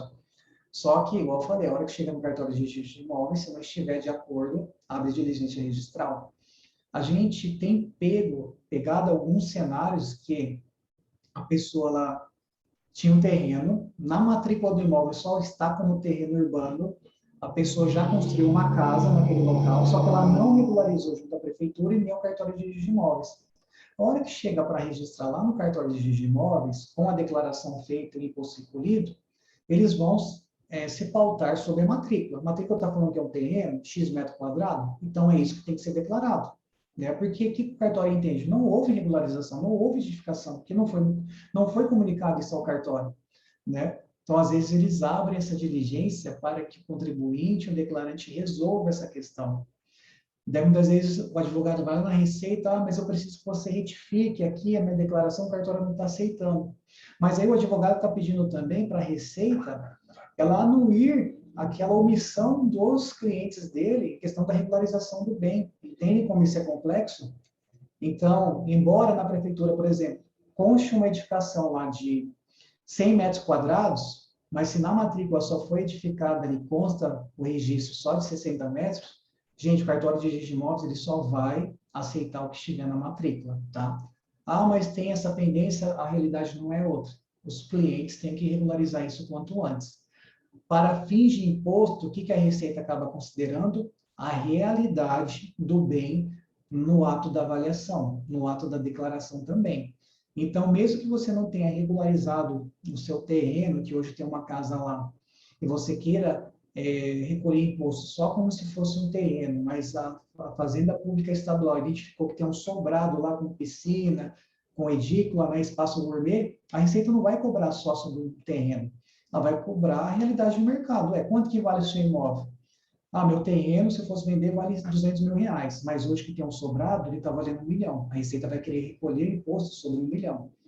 Entende? Sobre a realidade do mercado, sobre aquele determinado bem. São coisas bem complexas, né? Se a gente for parar para pensar, por isso que tanto os nossos clientes quanto nós, como declarantes, temos que promover a declaração da melhor maneira possível, evitando essas diligências registrais. Deixa eu pegar aqui outro tópico para vocês. Pedido de isenção.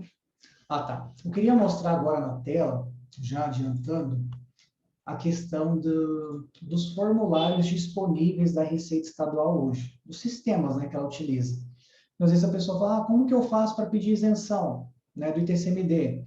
Daí a pessoa pede para o advogado, ele pede para o contribuinte procurar a Receita Estadual, né, ou chega lá com os documentos físicos para protocolar, ou chega só, eu já peguei diversos casos onde o advogado mandou o cliente só com o formulário preenchido da isenção, mas além desses formulários, existe um rol de documentos que tem que ser apresentados.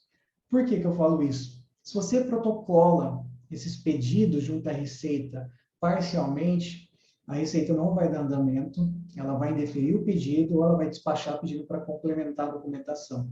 Aí que eu entro naquela tecla da morosidade, né? Se você não faz de forma correta, né, a autoridade fiscal ela vai abrir diligência e você tem que cumprir. Então lá, gente, vejam lá, eu acredito que esteja aparecendo para todos, o site da Secretaria da Fazenda, Receita Estadual. Nós temos aqui uma opção cidadão, a segunda coluna, a coluna do meio, segunda opção, formulários. Se vocês clicarem aqui, ó, formulários, acessar formulários e requerimentos da Receita Estadual. Ele vai trazer todos os formulários de todos os pedidos hoje existentes dentro da Receita Estadual. Tudo que tiver também sobre ITCMD vai estar aí sobre esses formulários. Que tipo de formulário? Pedido de isenção, pedido de parcelamento, pedido de restituição. Né? Todo tipo de pedido, existem esses formulários para serem preenchidos. Tá? Vou só aguardar abrir, eu quero dar um exemplo para vocês do pedido de isenção de imóvel, né? Único, exclusivo de moradia, que eu acho que é o mais comum hoje adotado. E dando como exemplo, hoje mesmo eu lembro que eu atendi uma advogada na Receita, que ela fez um formulário, pedido de isenção do imóvel, uma pessoa de vulnerabilidade econômica de fato, só que ela não queria apresentar os documentos que a Receita pede. O que ela alegou? Não, doutor, é assim, como é um processo judicial, simplesmente eu fiz a cópia integral dos autos, levantamento, estou juntando ali para a Receita apreciar. Mas não é assim que funciona, doutora. Embora o judiciário tenha os seus ritos, né, esse bojo comprobatório para fazer análise, a Receita também exige essas documentações dela, para que faça essa análise fiscal. Se não for atendido, vai ser indeferido, né? Deixa eu pegar aqui. Serviço indisponível no momento. Não foi possível, mas tudo bem. Gente, dando exemplo desse formulário de isenção para o único imóvel de moradia, esse formulário ele vem com 2 folhas. A primeira, o formulário. A segunda, ele já traz ali toda a documentação que deve ser preenchida no ato do protocolo. Enquanto não tiver toda essa documentação, sugiro, não protocole. Primeiro providencie toda, para depois protocolar. Ah, mas Rafael, primeiro eu vou protocolar e depois eu vou atrás dessa documentação, eu vou protocolar em seguida. Não façam isso. Não, sugestão, não façam isso. Senão, primeira análise que chegar a ser feita vai ser indeferido. Você vai pedir o arquivamento do processo. Você vai ter que abrir outro processo, correr atrás de outra documentação para poder protocolar de novo. Entendem, gente? Então, por exemplo, essas questões de protocolo, a Receita, devido à quantidade de processos, ela não dispõe desse tempo de aguardar, sei lá, providenciar a documentação complementar. Isso é salvo algumas exceções. Mas aquilo que já tem ali um rol de documentos que serem apresentados, vocês já sabem, né? Nós já sabemos quais são. Então, aquilo que tem que ser apresentado. Qual que é o maior erro hoje sobre esse pedido? Tem que apresentar na localidade do imóvel certidões negativas de todos os registros de imóveis daquela região. Em Maringá, nós temos 4. Então, Rafael, tem que apresentar a certidão negativa dos 4 cartórios de imóveis? Dos 4 cartórios de imóveis. Ah, mas eu não consigo, eu estou com dificuldade. Tem, igual o doutor Alberto tinha comentado, o portal ali dos registradores, vocês podem pedir online mesmo, depois os cartórios disponibilizam ali em PDF para vocês, tranquilamente, mas essa documentação é básica para análise. Por quê? A Fazenda Pública ela quer certificar se realmente a pessoa não tem outro bem imóvel naquela região. Como que ela faz isso? Através de certidões negativas, né? Através dos órgãos responsáveis. Curitiba, por exemplo, nós temos o quê? Salvo engano, são 9 cartórios de registro de imóveis. Eu tenho que pegar dos 9? Tenho que pegar dos 9. Entendem, gente? Então, fora aquela documentação, tem que seguir. Esses documentos públicos que a Fazenda Pública pede, tem que protocolar, tem que providenciar para estar tudo corretamente. Ah, mas a Fazenda Pública ela tem acesso a essas certidões, se ela quiser, ela pode ir atrás, porque é a autoridade fiscal, a prerrogativa do fisco. Claro que pode, mas não é incumbência, naquele momento, do auditor fiscal. Né? Se a legislação, a resolução versa sobre aquilo, os documentos básicos, para que seja apreciado o pedido de isenção, tem que ser apresentado, tem que cumprir esses requisitos. Eu costumo dar de exemplo o artigo 319 do CPC, não tem os requisitos básicos para protocolar uma petição inicial, né? Se você protocolar errado, o juiz já não emenda, quer dizer, já não intima para emendar, para fazer certo, sobre pena de arquivamento processual, é a mesma coisa. Né? Tem que cumprir aqueles requisitos básicos, senão não é deferido. Gente, pegando o formulário, preenche o formulário, o primeiro dado que ele pergunta, que ele vai pedir para vocês preencherem, é a declaração de TCMD. Então, já pegamos alguns cenários das pessoas que fazem o formulário antes sem fazer a declaração. Eu já tive experiência de pegar isso, inclusive de advogado, que fez o formulário sem declaração, dizendo para o juiz, no processo, estava aguardando o deferimento da Receita, a Justiça intimou a Fazenda Pública para dar um parecer, a gente foi ver, não tinha nem declaração feita ainda, ou seja, eu estava descumprindo assim, requisitos básicos ali do pedido de isenção. Primeira coisa, faz a declaração de TCMD. Fez a declaração de TCMD, preenche o formulário com ela. No ato do protocolo tem que juntar a declaração também, entendeu? Tem que ter tudo isso para que seja dada a continuidade dessa análise de isenção. Depois que preencheu, e já tiverem com o documento, gente, lá ó, no site mesmo da Secretaria da Fazenda, na opção cidadão, a última opção... Por exemplo, quem vem para cá ou vem para lá, não sei se está dançando na pista, Natália. Mãe, eu não tô. Você não está vendo aqui? Alguma interferência? Não sei se vocês estão ouvindo. Então, lá no site da Secretaria da Fazenda, opção cidadão, penúltima opção do lado direito. Vai estar lá o protocolo integrado. clica lá, ó, abrir protocolo digital, assuntos da Cefa e Receita Estadual. Só clicar naquele link, a página vai ser direcionada a uma opção ali que vai pedir para você clicar em abrir esse protocolo digital, e ele vai te remeter a um sistema que nós utilizamos na Receita chamado e-protocolo. Todo protocolo dessas naturezas são protocolados lá. Então, você faz a solicitação, assina, ou pede para o seu cliente assinar, junta a procuração dos documentos e protocola por lá. Ah, mas, Rafael, eu prefiro protocolar na Receita, porque eu acho que é melhor. Gente, por experiência, não há necessidade, tá? Até um tempo atrás, devido ao contexto da pandemia, nem mesmo o departamento de protocolo estava aceitando essas documentações físicas lá do protocolo. Era tudo feito pelo site. Tá? Então, podem fazer pelo site, sem problema algum. Nesse sistema do e-protocolo, você tem que fazer um cadastro, eu acho que a maioria já tem, se não tiver um cadastro simples, que é feito com token mesmo, para quem tem token. Vai abrir a opção, é só você selecionar.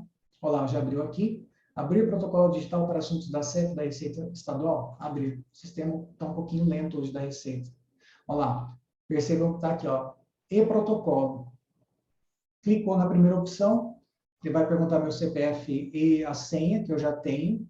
Então, eu digito meu CPF e senha, eu vou entrar nesse sistema para poder fazer o protocolo. Ali, é a mesma coisa como se fosse o ProJude, gente. Tem umas opções ali de anexo, você vai anexando cada documento, entende? Anexa e no final você vai concluir o pedido. Ele vai gerar um número de protocolo com aquele numeral que vocês vão acompanhando esse trâmite. Eu posso, mesmo assim, meu cliente tem dificuldade, eu posso protocolar na Receita Estadual? Até pode. Só que tem que ir no site da Secretaria da Fazenda, agendar um horário, tem que levar toda a documentação correta, solicitação correta, com e-mail, telefone, não esqueçam disso. Lá o servidor ele vai digitalizar, vai protocolar e vai dar uma folha para vocês com o protocolo. Por isso que eu falo que aqui, eletronicamente, é mais rápido o trâmite, tá, gente?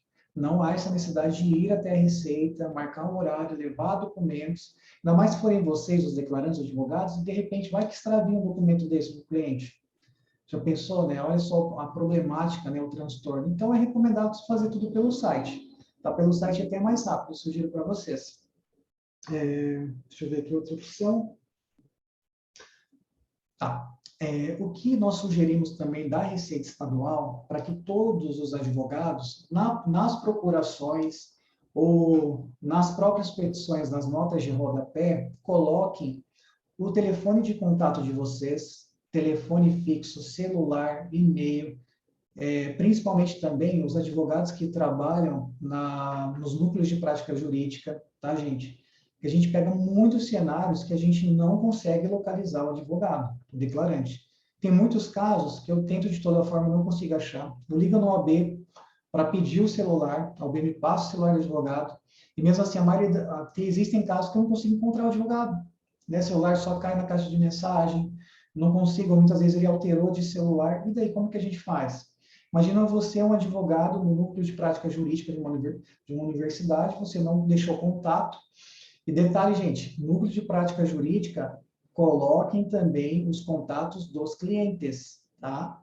Porque os núcleos de prática, as universidades, elas não fazem declarações.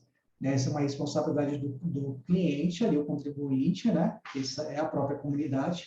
E a gente até fomenta para que vocês repassem isso aos clientes comunitários que vão lá, dessa necessidade da declaração, porque depois que ele finalizar o processo dele, ele tem que providenciar essa declaração de TCMD. Mas coloquem na procuração, desde já, nos núcleos de prática, o numeral do telefone deles e o e-mail deles. Por quê?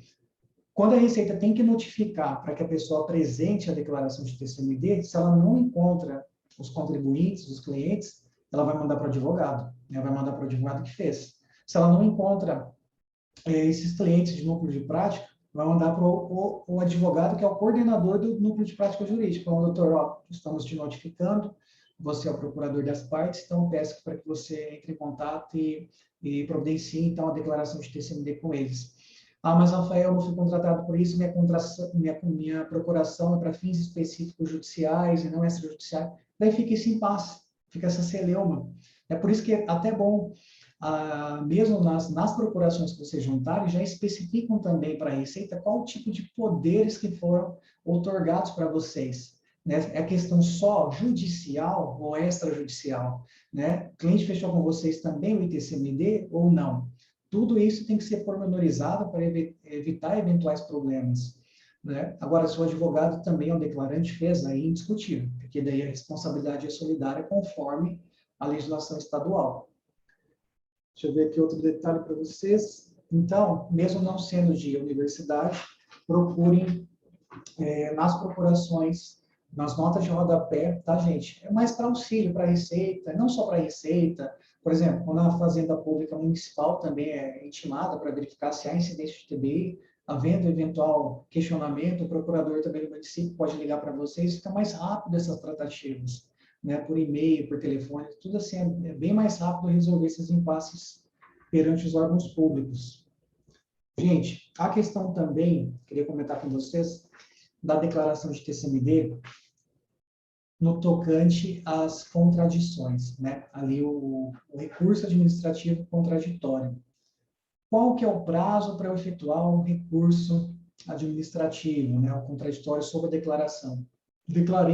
Fiz uma declaração, declarei patrimônio bojo patrimonial sobre determinado valor, a Receita não aceitou, avaliou de outra forma, eu discordo, tenho documentos comprobatórios sobre isso, eu quero contestar isso. É possível? É possível, gente. O que versa mais sobre isso, além da legislação, deixa eu ver se consigo abrir aqui. Estou atrapalhando o negócio, deixa eu pegar aqui. Questão da legislação. Vou abrir a resolução da CEFA para vocês. A resolução da CEFA, Secretaria da Fazenda, que é 1527 de 2015, lá no anexo 2, artigo 10º, ela versa sobre essa questão da contraditória, ser recurso administrativo. Qual que é o prazo? 15 dias. A lei fala que é 15 dias da data da ciência ali da avaliação fiscal. Ou seja, o auditor fiscal ele finalizou a avaliação da sua declaração hoje. Ele te manda no e-mail, no seu e-mail como declarante, esse laudo de avaliação, informando que já concluiu a avaliação e já as guias com vencimento para 30 dias. Né? Então, a partir da data da ciência, vocês têm 15 dias para apresentar essa contraditória. Tá? Ah, mas é 15 dias úteis? Não, não são. A legislação não versa sobre dias úteis, ela versa só 15 dias. Então, quem questiona, eu sempre falo, faz nos 15 dias. Tá? E é importante, como declarantes, advogados declarantes, a gente saber disso. Gente, a gente pega vários cenários de pessoas, contribuintes, que mesmo contratando, muitas vezes até mesmo o próprio cartório não explica para eles sobre essa contraditória. E às vezes a pessoa ela vai até a Receita, perguntando se tem como recorrer, muitas vezes já extrapolou o prazo. Às vezes está no último dia, como que a pessoa vai fazer um levantamento de novos documentos para tentar apresentar para o fisco?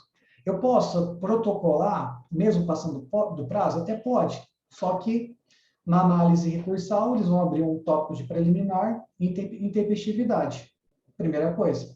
Depois, quem vai dar o parecer decisório é a autoridade fiscal, que é o delegado, ele que vai decidir se aprecia ou não, tá? Mas só aduzindo, então, para vocês, o prazo é 15 dias.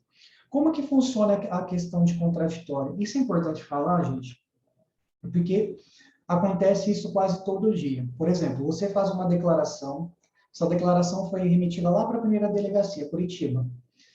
O auditor fiscal avaliador, ele avaliou a sua declaração, os bens imóveis ali, e você não concordou do jeito que ele fez a avaliação.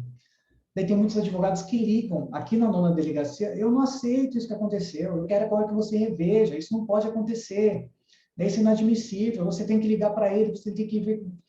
Gente, infelizmente não é assim que funciona. Claro que o que a Receita Estadual hoje trata sobre essas questões? O mesmo avaliador, né, que fez a auditoria naquela declaração protocolada contraditória, ele vai ser o primeiro a apreciá-la. Ele vai apreciar para ver se ele muda o entendimento dele. Ele vai fazer um informativo, né, por meio daquele protocolo que vocês fizeram.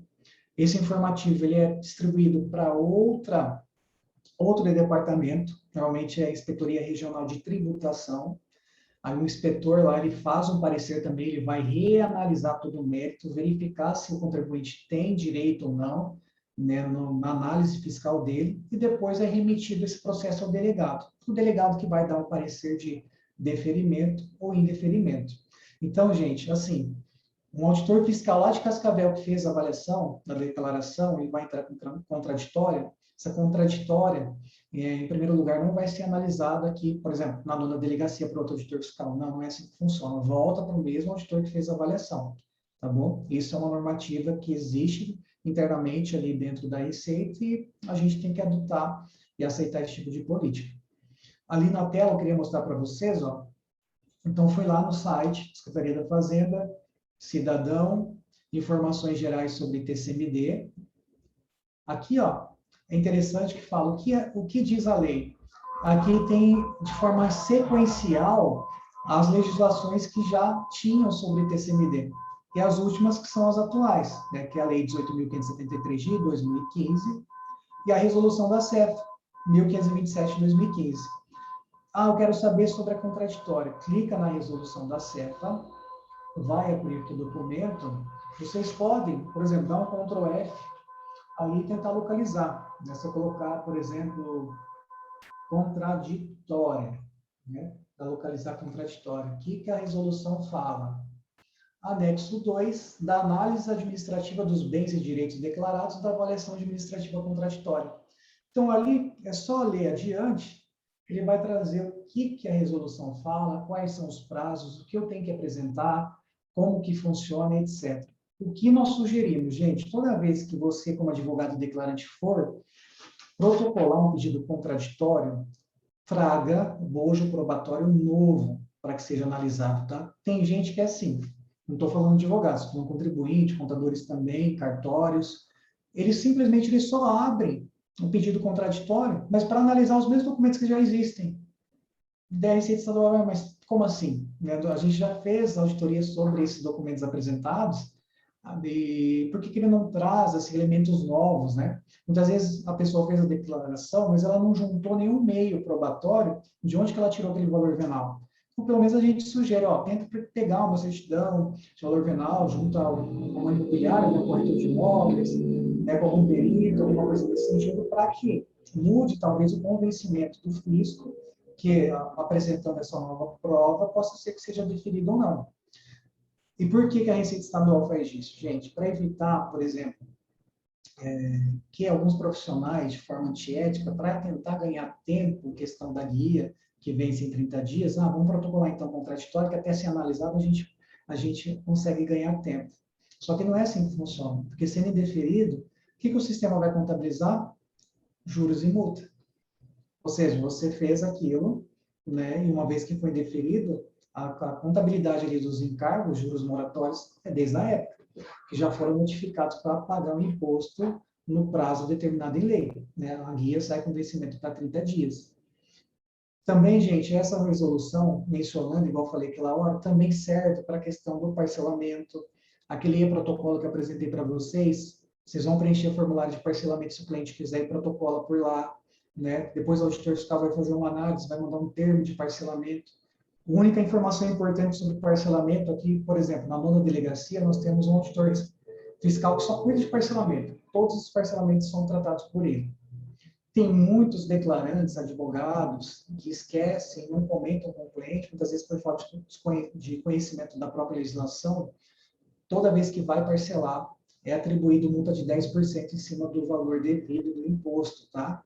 Então, assim, declarou, tem que recolher 10 mil reais de imposto. Pode parcelar? A legislação fala? Pode, em até 20 vezes, no máximo. Só que se parcelar, é cobrado 10% de multa. Ou seja, então não seria só 10 mil, seria R$1.000 a mais, 11 mil, digamos assim, né? Entende? É majorado esse valor para o cliente, você tem que deixá-lo ciente disso. O que a gente sempre recomenda? Tenta quitar o imposto, sabe? Porque se você não quitar, se você parcela, primeiro que você não vai conseguir registrar. Lavar a escritura, registrar no cartório de imóveis, registrar na junta comercial, porque a legislação fala que só pode registrar com o imposto quitado. Então, adianta seu cliente ir lá parcelar em 20 vezes, pagar a multa, se ele não vai conseguir, de repente, vender, ele está pretendendo vender aquele bem? Não adianta. Então, por isso é recomendado ele primeiro tentar guardar ou conseguir um recurso para pagar o imposto de forma integral. Tá bom, gente? E, às vezes, infelizmente, acontece alguns cenários onde o declarante ele faz a declaração, E o cliente, depois que a Receita faz a avaliação, ele fala, eu não tenho condições de pagar imposto. Eu não tenho de onde tirar isso desse parcelar, o que eu vou fazer agora da minha vida? Não tem como cancelar essa declaração? E quando o contribuinte fala isso, o que a gente responde? A gente fala assim, ó, por exemplo, houve o óbito, né? Tinha que fazer inventário. Embora no estado do Paraná, se você fizer o inventário depois de 60 dias, o estado não acaba aplicando multa depois que extrapola esse período, embora existam outros estados que aplicam. O que a gente fala? Até o momento, o estado, a Receita Estadual, não tinha tomado conhecimento, não tinha ido atrás disso, né, desse inventário. Mas a partir do momento que vocês declararam o ITCMD, demonstrando ao Estado que houve um fato gerador, causa-mortes, né, o óbito de uma pessoa, fizeram a declaração, foi feita a avaliação, agora existe o dever de recolher o tributo de forma correta. Né? Então, o auditor fiscal ele vai autuar, e se eu não pagar, vai ser cobrado encargos, vai ser autuado, vai ter juros, vai ter multa, vai para a dívida ativa, vai criar aquele transtorno. Então, por isso, principalmente, gente, eu dou esse conselho no tocante às doações, tá? Então, deixe bem claro para o cliente, eu estou pensando em doar agora. Ok, mas tenham certeza do valor venal daquele patrimônio e tenham certeza se o seu cliente tem o valor para recolher o tributo. Porque não adianta tentar fazer agora, eu faz a declaração, gera guia e não tem como pagar. De que adianta? Né? Não seria recomendável falar para ele, não, então tenta pegar todo o recurso que tem para pagar imposto, assim que você tiver, você me avisa. Né? A gente começa as tratativas ali para fazer a doação, você vai pagar o imposto tranquilamente, que tal, e depois você pode fazer o que você quiser com o seu bem. Entende? Tem essa questão. Deixa eu ver aqui outras coisas. Gente, sobre a questão da doação, né, com reserva de usufruto, né, instituição e a extinção, que é a dúvida também de alguns advogados. Como que funciona hoje em dia? O que a legislação fala? Tem que ser declarado como? O valor venal do bem.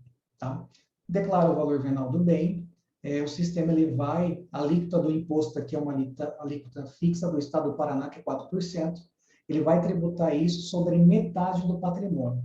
Tá? Então, o patrimônio vale R$100.000, o sistema vai fazer um filtro e vai tributar 4% sobre 50 mil. Ou seria 2% sobre 100, mas a gente tem que falar da forma correta para não haver confusão. A época que for fazer a extinção dessa reserva, o Estado ele vai tributar os outros 4% sobre a metade daquele bem, a metade daquele patrimônio.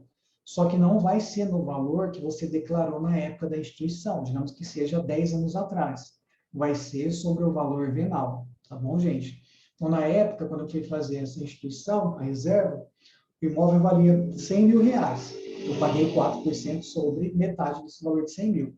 Agora, a extinção dessa reserva, o imóvel vale R$1 milhão. Vou pagar o quê?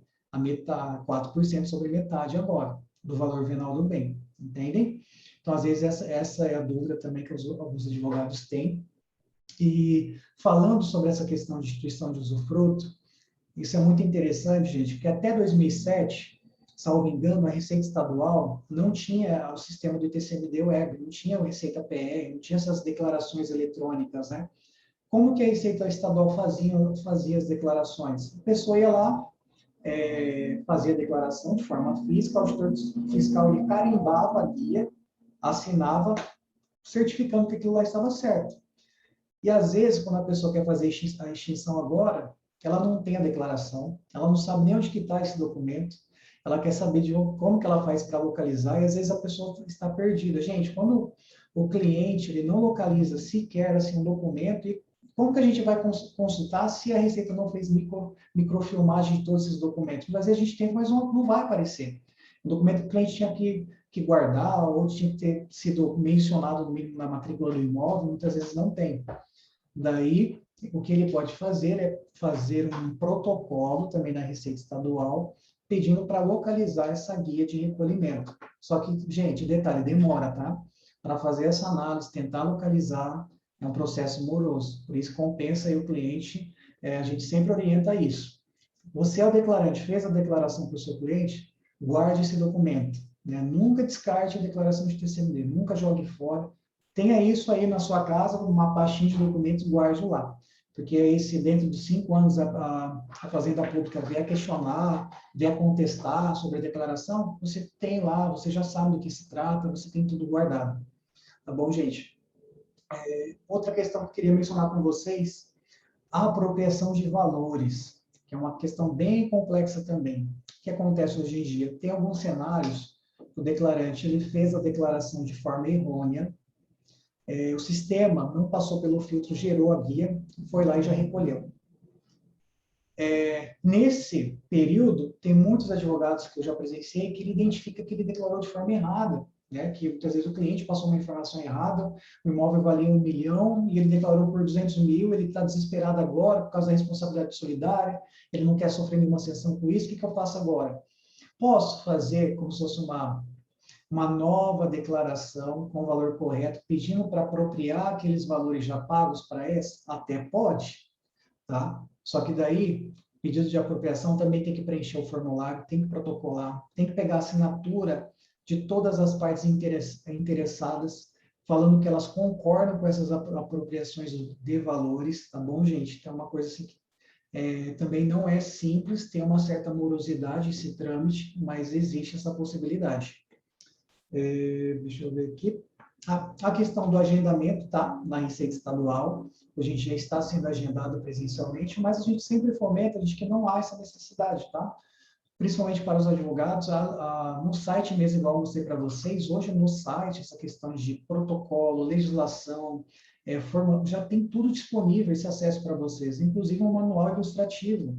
Claro que no começo você tem certa dificuldade, né? Claro que no começo tem um certo receio, quer tirar uma informação ou outra, mas eu garanto para vocês, não tem essa necessidade. Eu sempre recomendo o quê? Claro, é um ganho a mais, muitas vezes você se dispor com o cliente para se arriscar a fazer as declarações, mas tudo isso tem que ser analisado pelo advogado. Vale a pena correr esse risco? Vale a pena querer assumir essa responsabilidade também?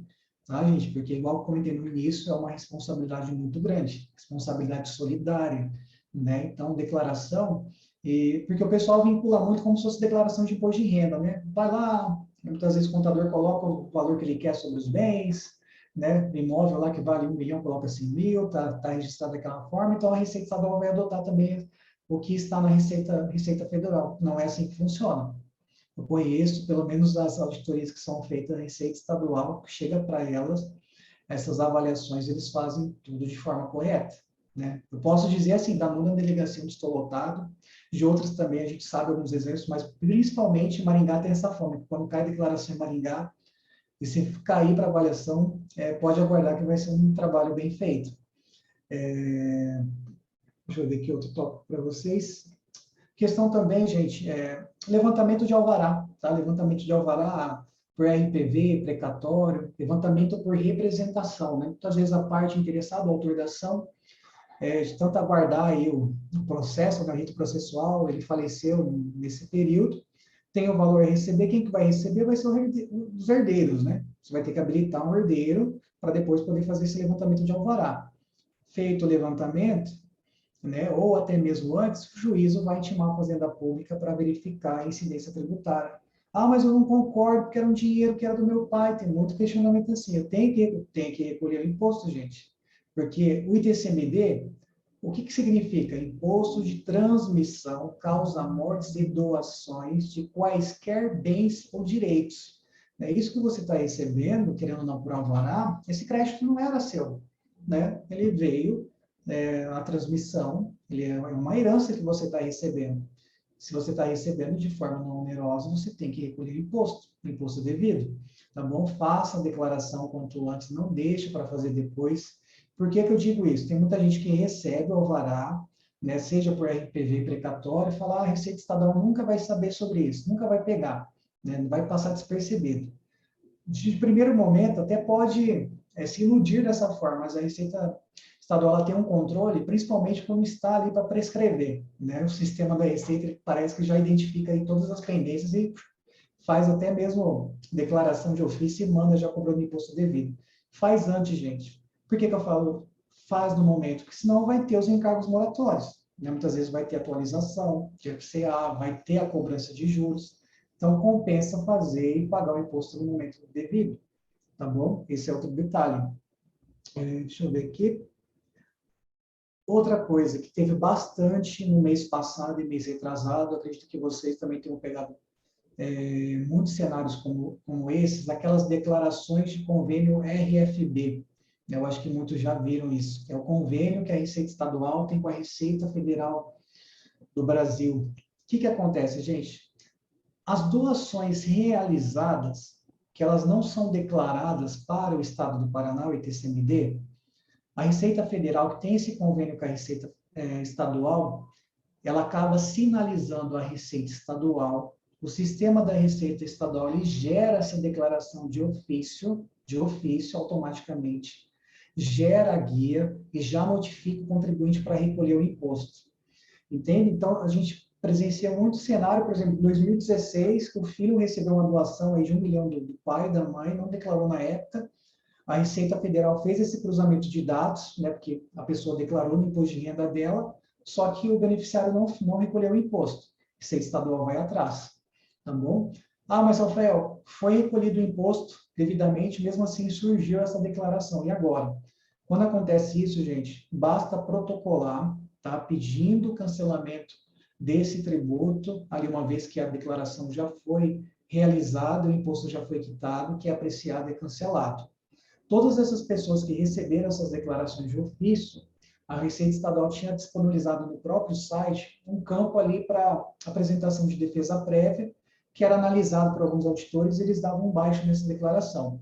Tem muitas pessoas que extrapolaram o prazo ali para fazer essa defesa prévia desses convênios, dessas declarações de ofício, ficaram desesperadas, mas mesmo assim, eventuais cenários como esse, basta protocolar expondo ali os fatos, expondo que já houve o recolhimento do imposto, juntando todo o bojo comprobatório que a Receita aprecia e eles fazem a baixa lá via sistema, tá bom?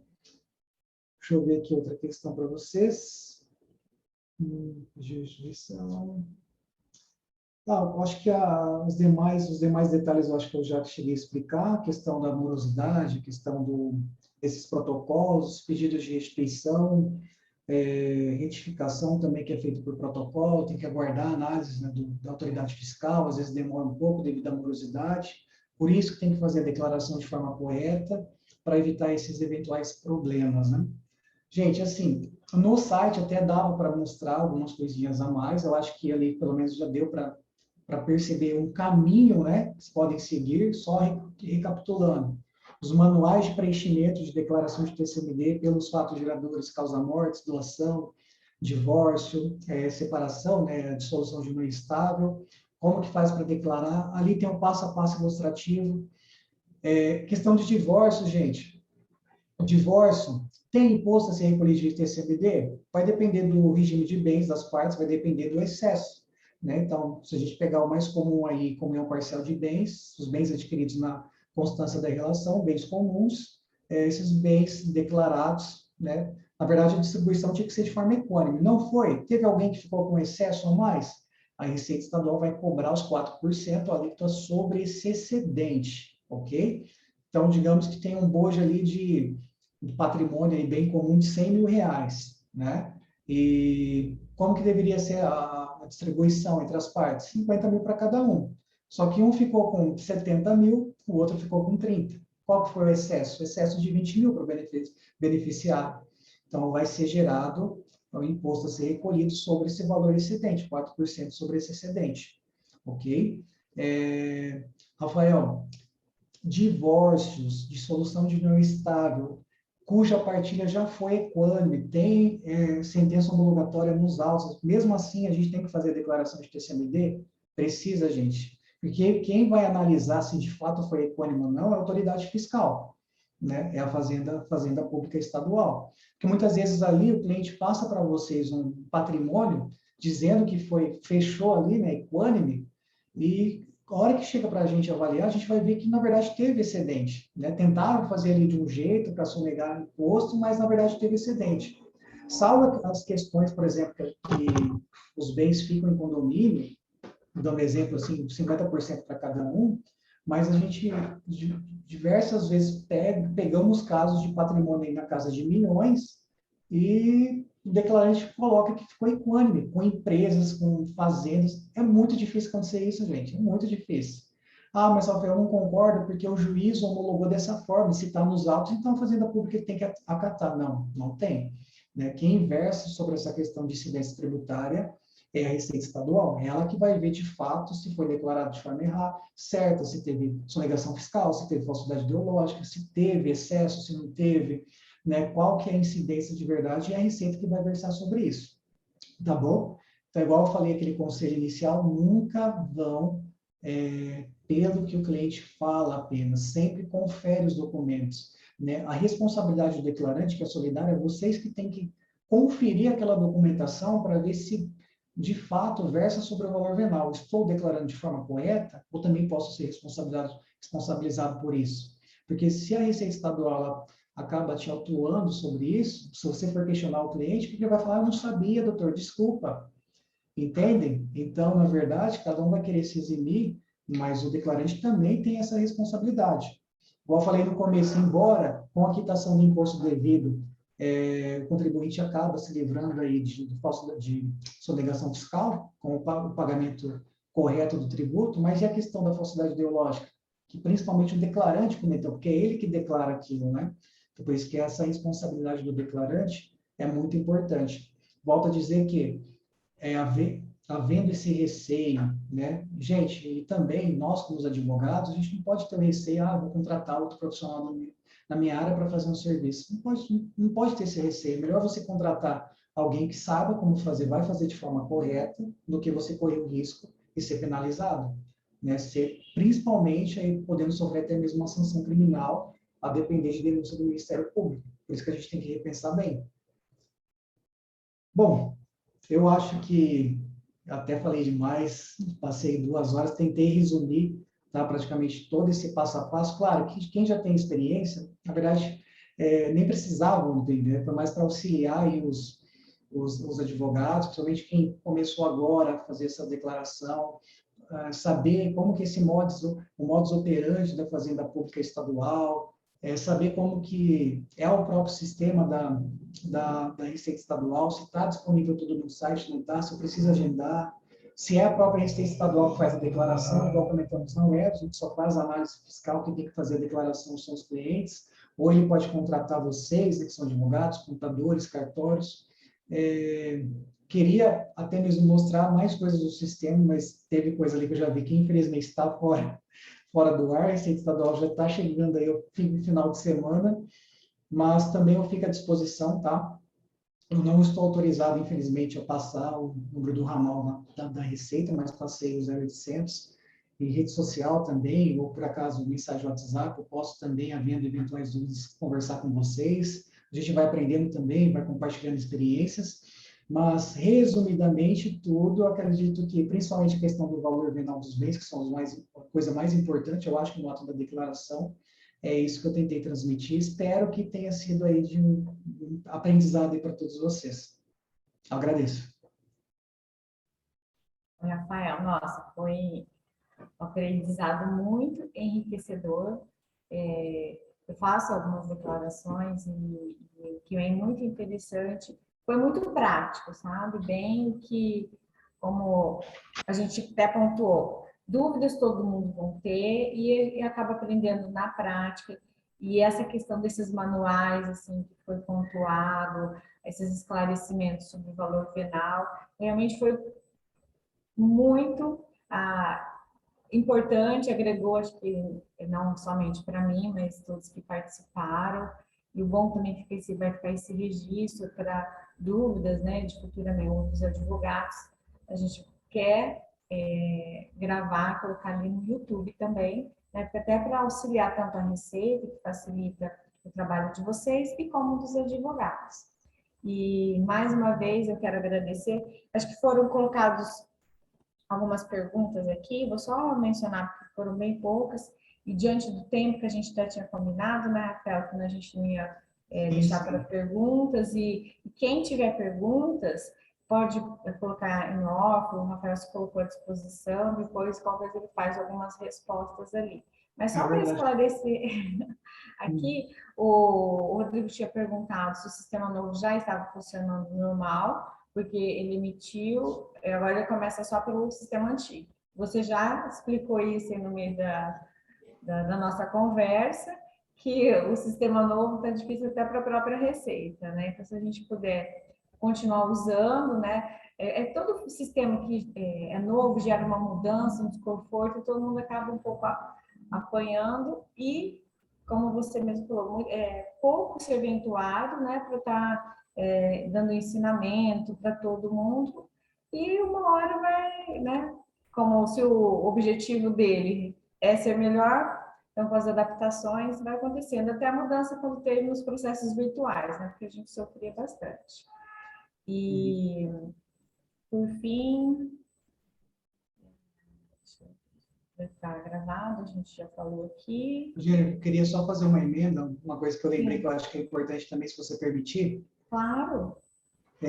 Uma coisa que eu lembrei que acontece muito na prática dos advogados, questão do inventário. Gente, cuidado com os fatos geradores, principalmente no quesito das renúncias, tá?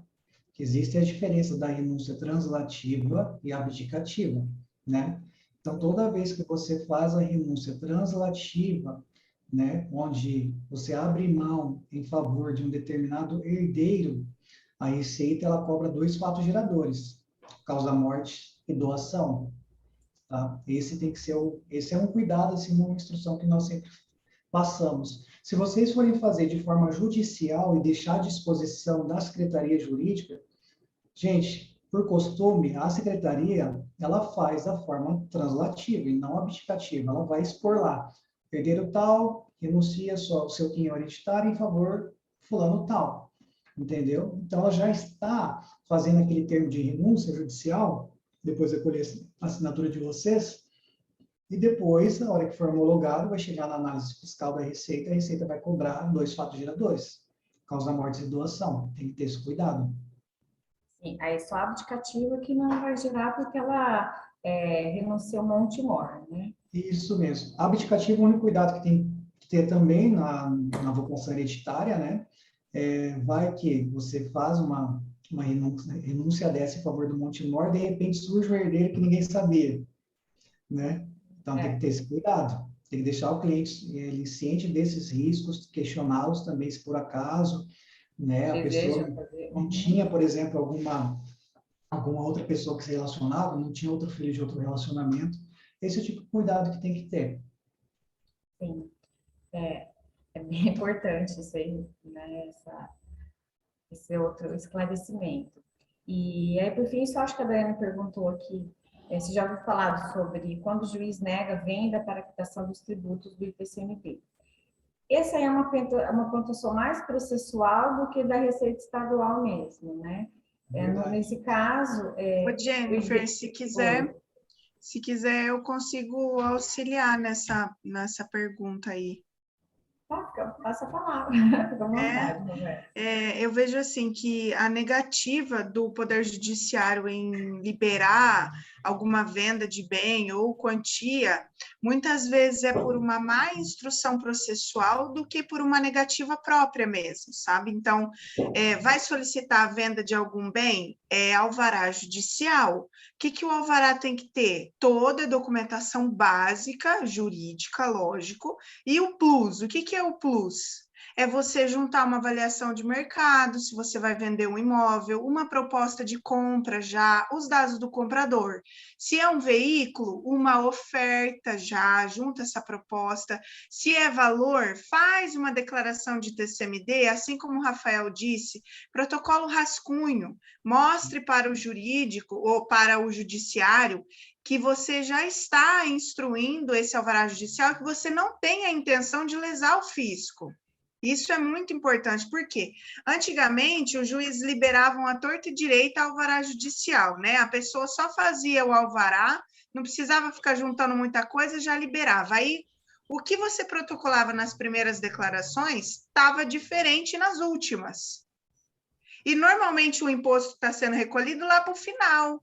E aí, e cadê aquele dinheiro que estava na conta bancária ou aquele carro que desistia? Eu vendia ele, arrolava ali nas primeiras declarações, na última ele sumia e o fisco não tributava sobre isso. Então, a Procuradoria-Geral do Estado fez uma notificação para o Judiciário para que eles tomassem cuidado com essa liberação à torta e direita.